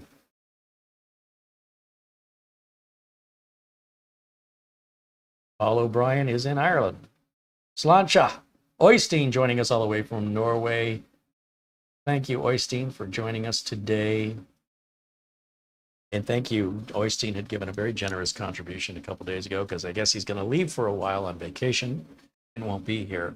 So another shout out and thank you to Oystein for extraordinary generosity. And Camera Girl, thank you for your work today and putting up with me and not kicking me in the nuts. And thank you for the thumbnail you're working on that we're going to use to replace. Well, in that case, can you look for the parts list on this hot dog build by looking at my video history and then just copying and pasting that parts list into today's video description right out of the video description from that one? Then I won't have to do it. I'll put her to work.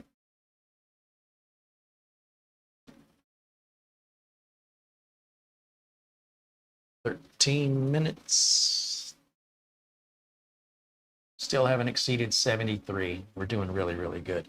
I wonder, does the cooler up front match the same temperature reading? Is it saying 7? Oh wait, that's gonna get 73 is our max. What's our current? Our current is 63.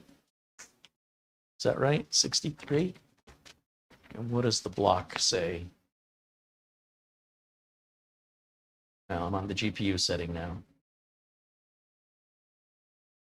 I couldn't tell what the little graphical thing was spinning, but it looks like they're the impellers. It's a graphical representation of the impellers of the pumps on each side. Not really that hot, a little warm. It says the CPU is at 66C. And what does the software say? It says we're at 63 still. Wonder who's... Somebody's off by 4 degrees. 3 degrees.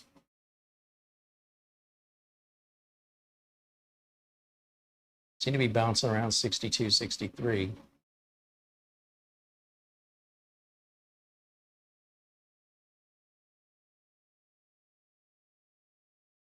Maybe it's giving us the hottest temp of all the cores, because that was reading 66. That's possible, in which case it wouldn't be Lion.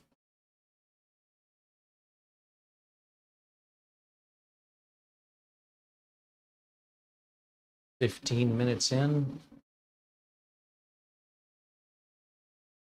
Never exceeded 73 so far. That's really, really good. Fans are loud though, I will say, but we are working the system hard. So under normal usage scenarios, you wouldn't ordinarily hear that, but for a few brief moments.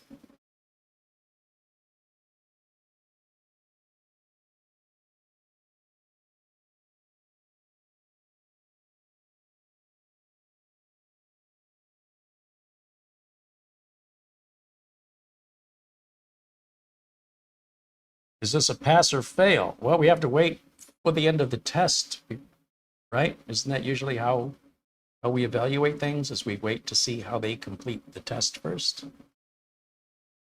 That's how I do it. So, I mean, it's doing really good so far, but this ain't over till the fat lady sings. Whatever that means.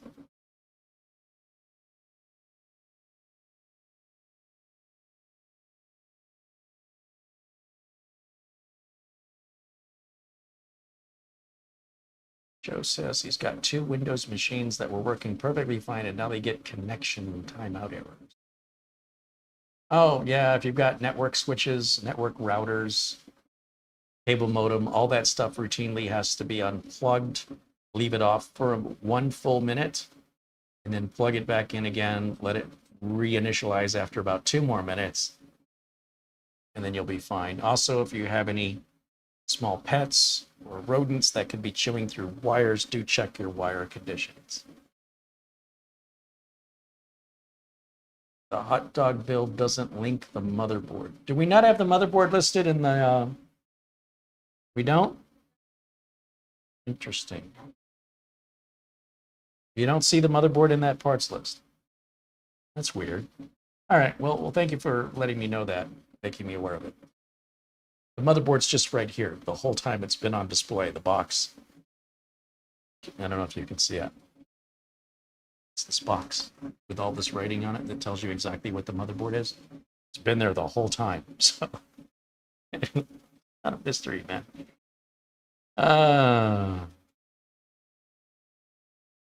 Let's see. Oh, we're getting 17 and a half minutes in. Oh, we're getting up there. We have hit 90. We have hit 90. Oh, that is a little toasty. And that's why we continue to run these tests. So, here's what's happening. I don't like to sell a computer where the temp is going to exceed 85. Now, you're going to reach a throttle point at 100. So at 90, we're still a good 10 degrees Celsius away from reaching that maximum. And if you reach the maximum, no harm happens. The thing doesn't catch fire or crash. It just starts to throttle. And if it continues to get hotter, then it may blue screen on you. But that's not going to catch fire or cause any permanent damage. But this is a very difficult chip to cool.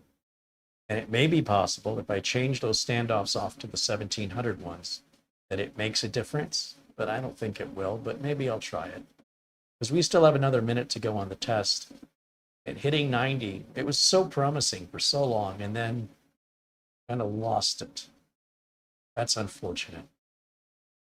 Now, you're never going to have any heat issues on your efficiency cores. It's only on those 6 performance cores we got to watch it. And again, they're within their operational range. They haven't exceeded what's normal. But we're getting awfully close. I see 91. And that makes me nervous. And certainly if it hits 95, I get really nervous. And with the liquid cooler, I'd expect that to stay well below 90. So I'm a little disappointed, if I'm honest. I expected better.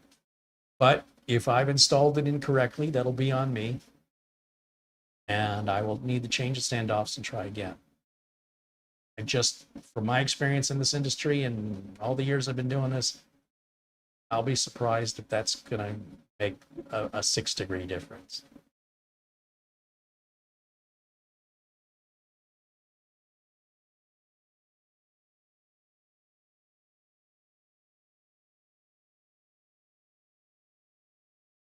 Paul mentions the water gets saturated with heat and all-in-ones take time to reach saturation point. That's true. And this is an unrealistic test. I used to only run this test for 15 minutes. Then I extended it to 20. And sometimes I'll run at 25 because it can get really torturous there. We are over 20 minutes now. And looks like 91 is our max. So you'll notice when I turn this off, when I turn off Prime 95 rather, the temps will drop and the fans will slow down and be quieter. I'm assuming my microphone is probably cutting the noise out from the fans, but I don't know what you can hear.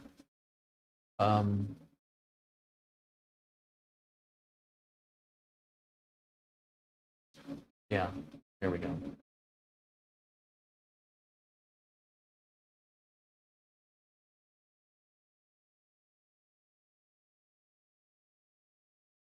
Stop the test. Stop. Temps should start to fall almost immediately.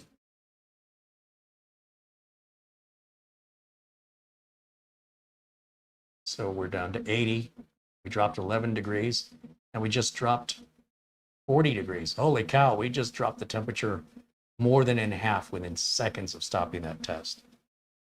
Ron Barnes says you got an average of 66. Yeah, no, I mean, the average is fine. I'm not worried about the average. I'm worried about the peak. Again, the average, as long as we're within the operating temperature range that the engineers have specified, which we are, we're not in any harm's way. However, my desire to see nothing higher than 85 may become unrealistic or impractical as these CPUs continue to get more powerful by drawing more power. If we put a 13500 in here, we don't even need a liquid cooler. It would with this liquid cooler, I bet it wouldn't get hotter than 65 at the most, because it's, a third of the power. But it's also darn near as fast. Explain this to me. I don't quite get it. Anyway, it is what it is, and it's not bad. It hasn't blown my mind. It's different. It's unique. It's a very different style, and I appreciate some originality. We're in a marketplace where everybody copies everybody, and that gets really old really quick for somebody like me when you're seeing thousands of machines or hundreds of machines every year. I'm not seeing as many every year as I used to, but I still see well over 100 a year anyway, even as slow as things are in the direction I've moved the business. It still gets a little boring after a while when everything's the same all the time.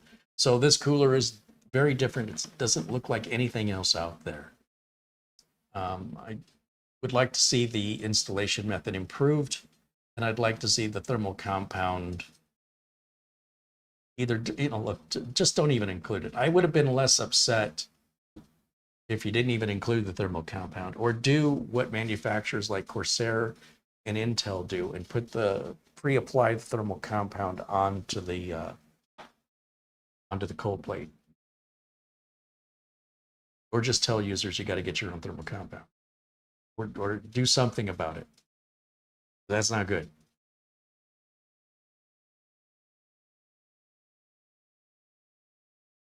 Doman says the noise suppression is cutting off all the sounds. Yeah, I was afraid it was going to do that, but with the air conditioner running, it's still the air conditioner would be annoying.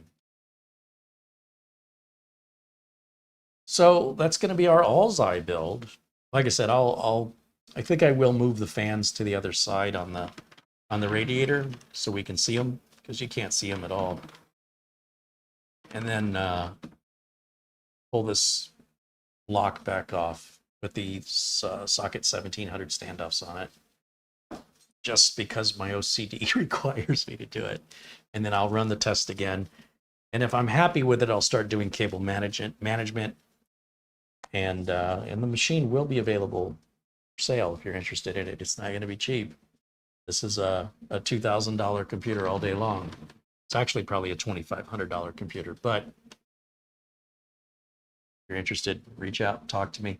You got to be in the USA, though. I can't ship these outside of the country. Thank you guys so much for watching. Thank you for your support, your contributions. I will see you all again very, very soon. And sorry, I thought I was on full screen. I guess I wasn't full screen. Hold on a minute. No, I think I just did this again. I'm creating some bad OBS habits here. What I want to do is hit Control F. That's what I was wanting to do. So yeah, just one more look all the way around here. Gonna need some cable management, but I don't want to do it unless I know these parts are staying. So I'll wait till all that's done, and if everything is good, it'll get buttoned up. But we got an expensive video card, we got expensive RAM, pretty pricey power supply in there, and it's a pricey case, and it's an expensive CPU. I think we're easily at $2,500. Very close to it on this build. Might let it go for $2,000. Anyway, reach out to me if you're interested. I will see you all again soon. Frankie B, thank you again. He could just contributed another $9.99 in chat. He says, just saying thank you for all your hard work. I got him fooled, don't I? Thank you, Frankie. It is hard work, but I enjoy it. And I enjoy you guys. Monday, Video has been updated. you've updated the video And notes and the thumbnail? Correct. All right. Thank you, Camera Girl. You want to say goodbye? Say goodbye. You have to figure out where we can stand with this. Bye, everybody. Hope you enjoyed this build. That was pretty cool. Yeah, that's good stuff. Good job. Thanks for your help. You're welcome. All right. Back to your hole. Thank you guys again. So I don't know if we're doing any videos this weekend or not. Be sure and subscribe and turn notifications on if you want to be made aware outside of our normal broadcast schedule. Normal broadcast schedule is Mondays at 1 o'clock Pacific for members only. Fridays at 1 o'clock Pacific time for everybody. Throughout the week and weekend as time and projects permit. So yes, if you enjoy the channel, please click the thumbs up, hit the subscribe button, and hit the bell notification to turn the notifications on You can also follow me on Facebook and Twitter to get notifications that way as well. Thank you again. I'll see you all soon. Till next time, bye for now.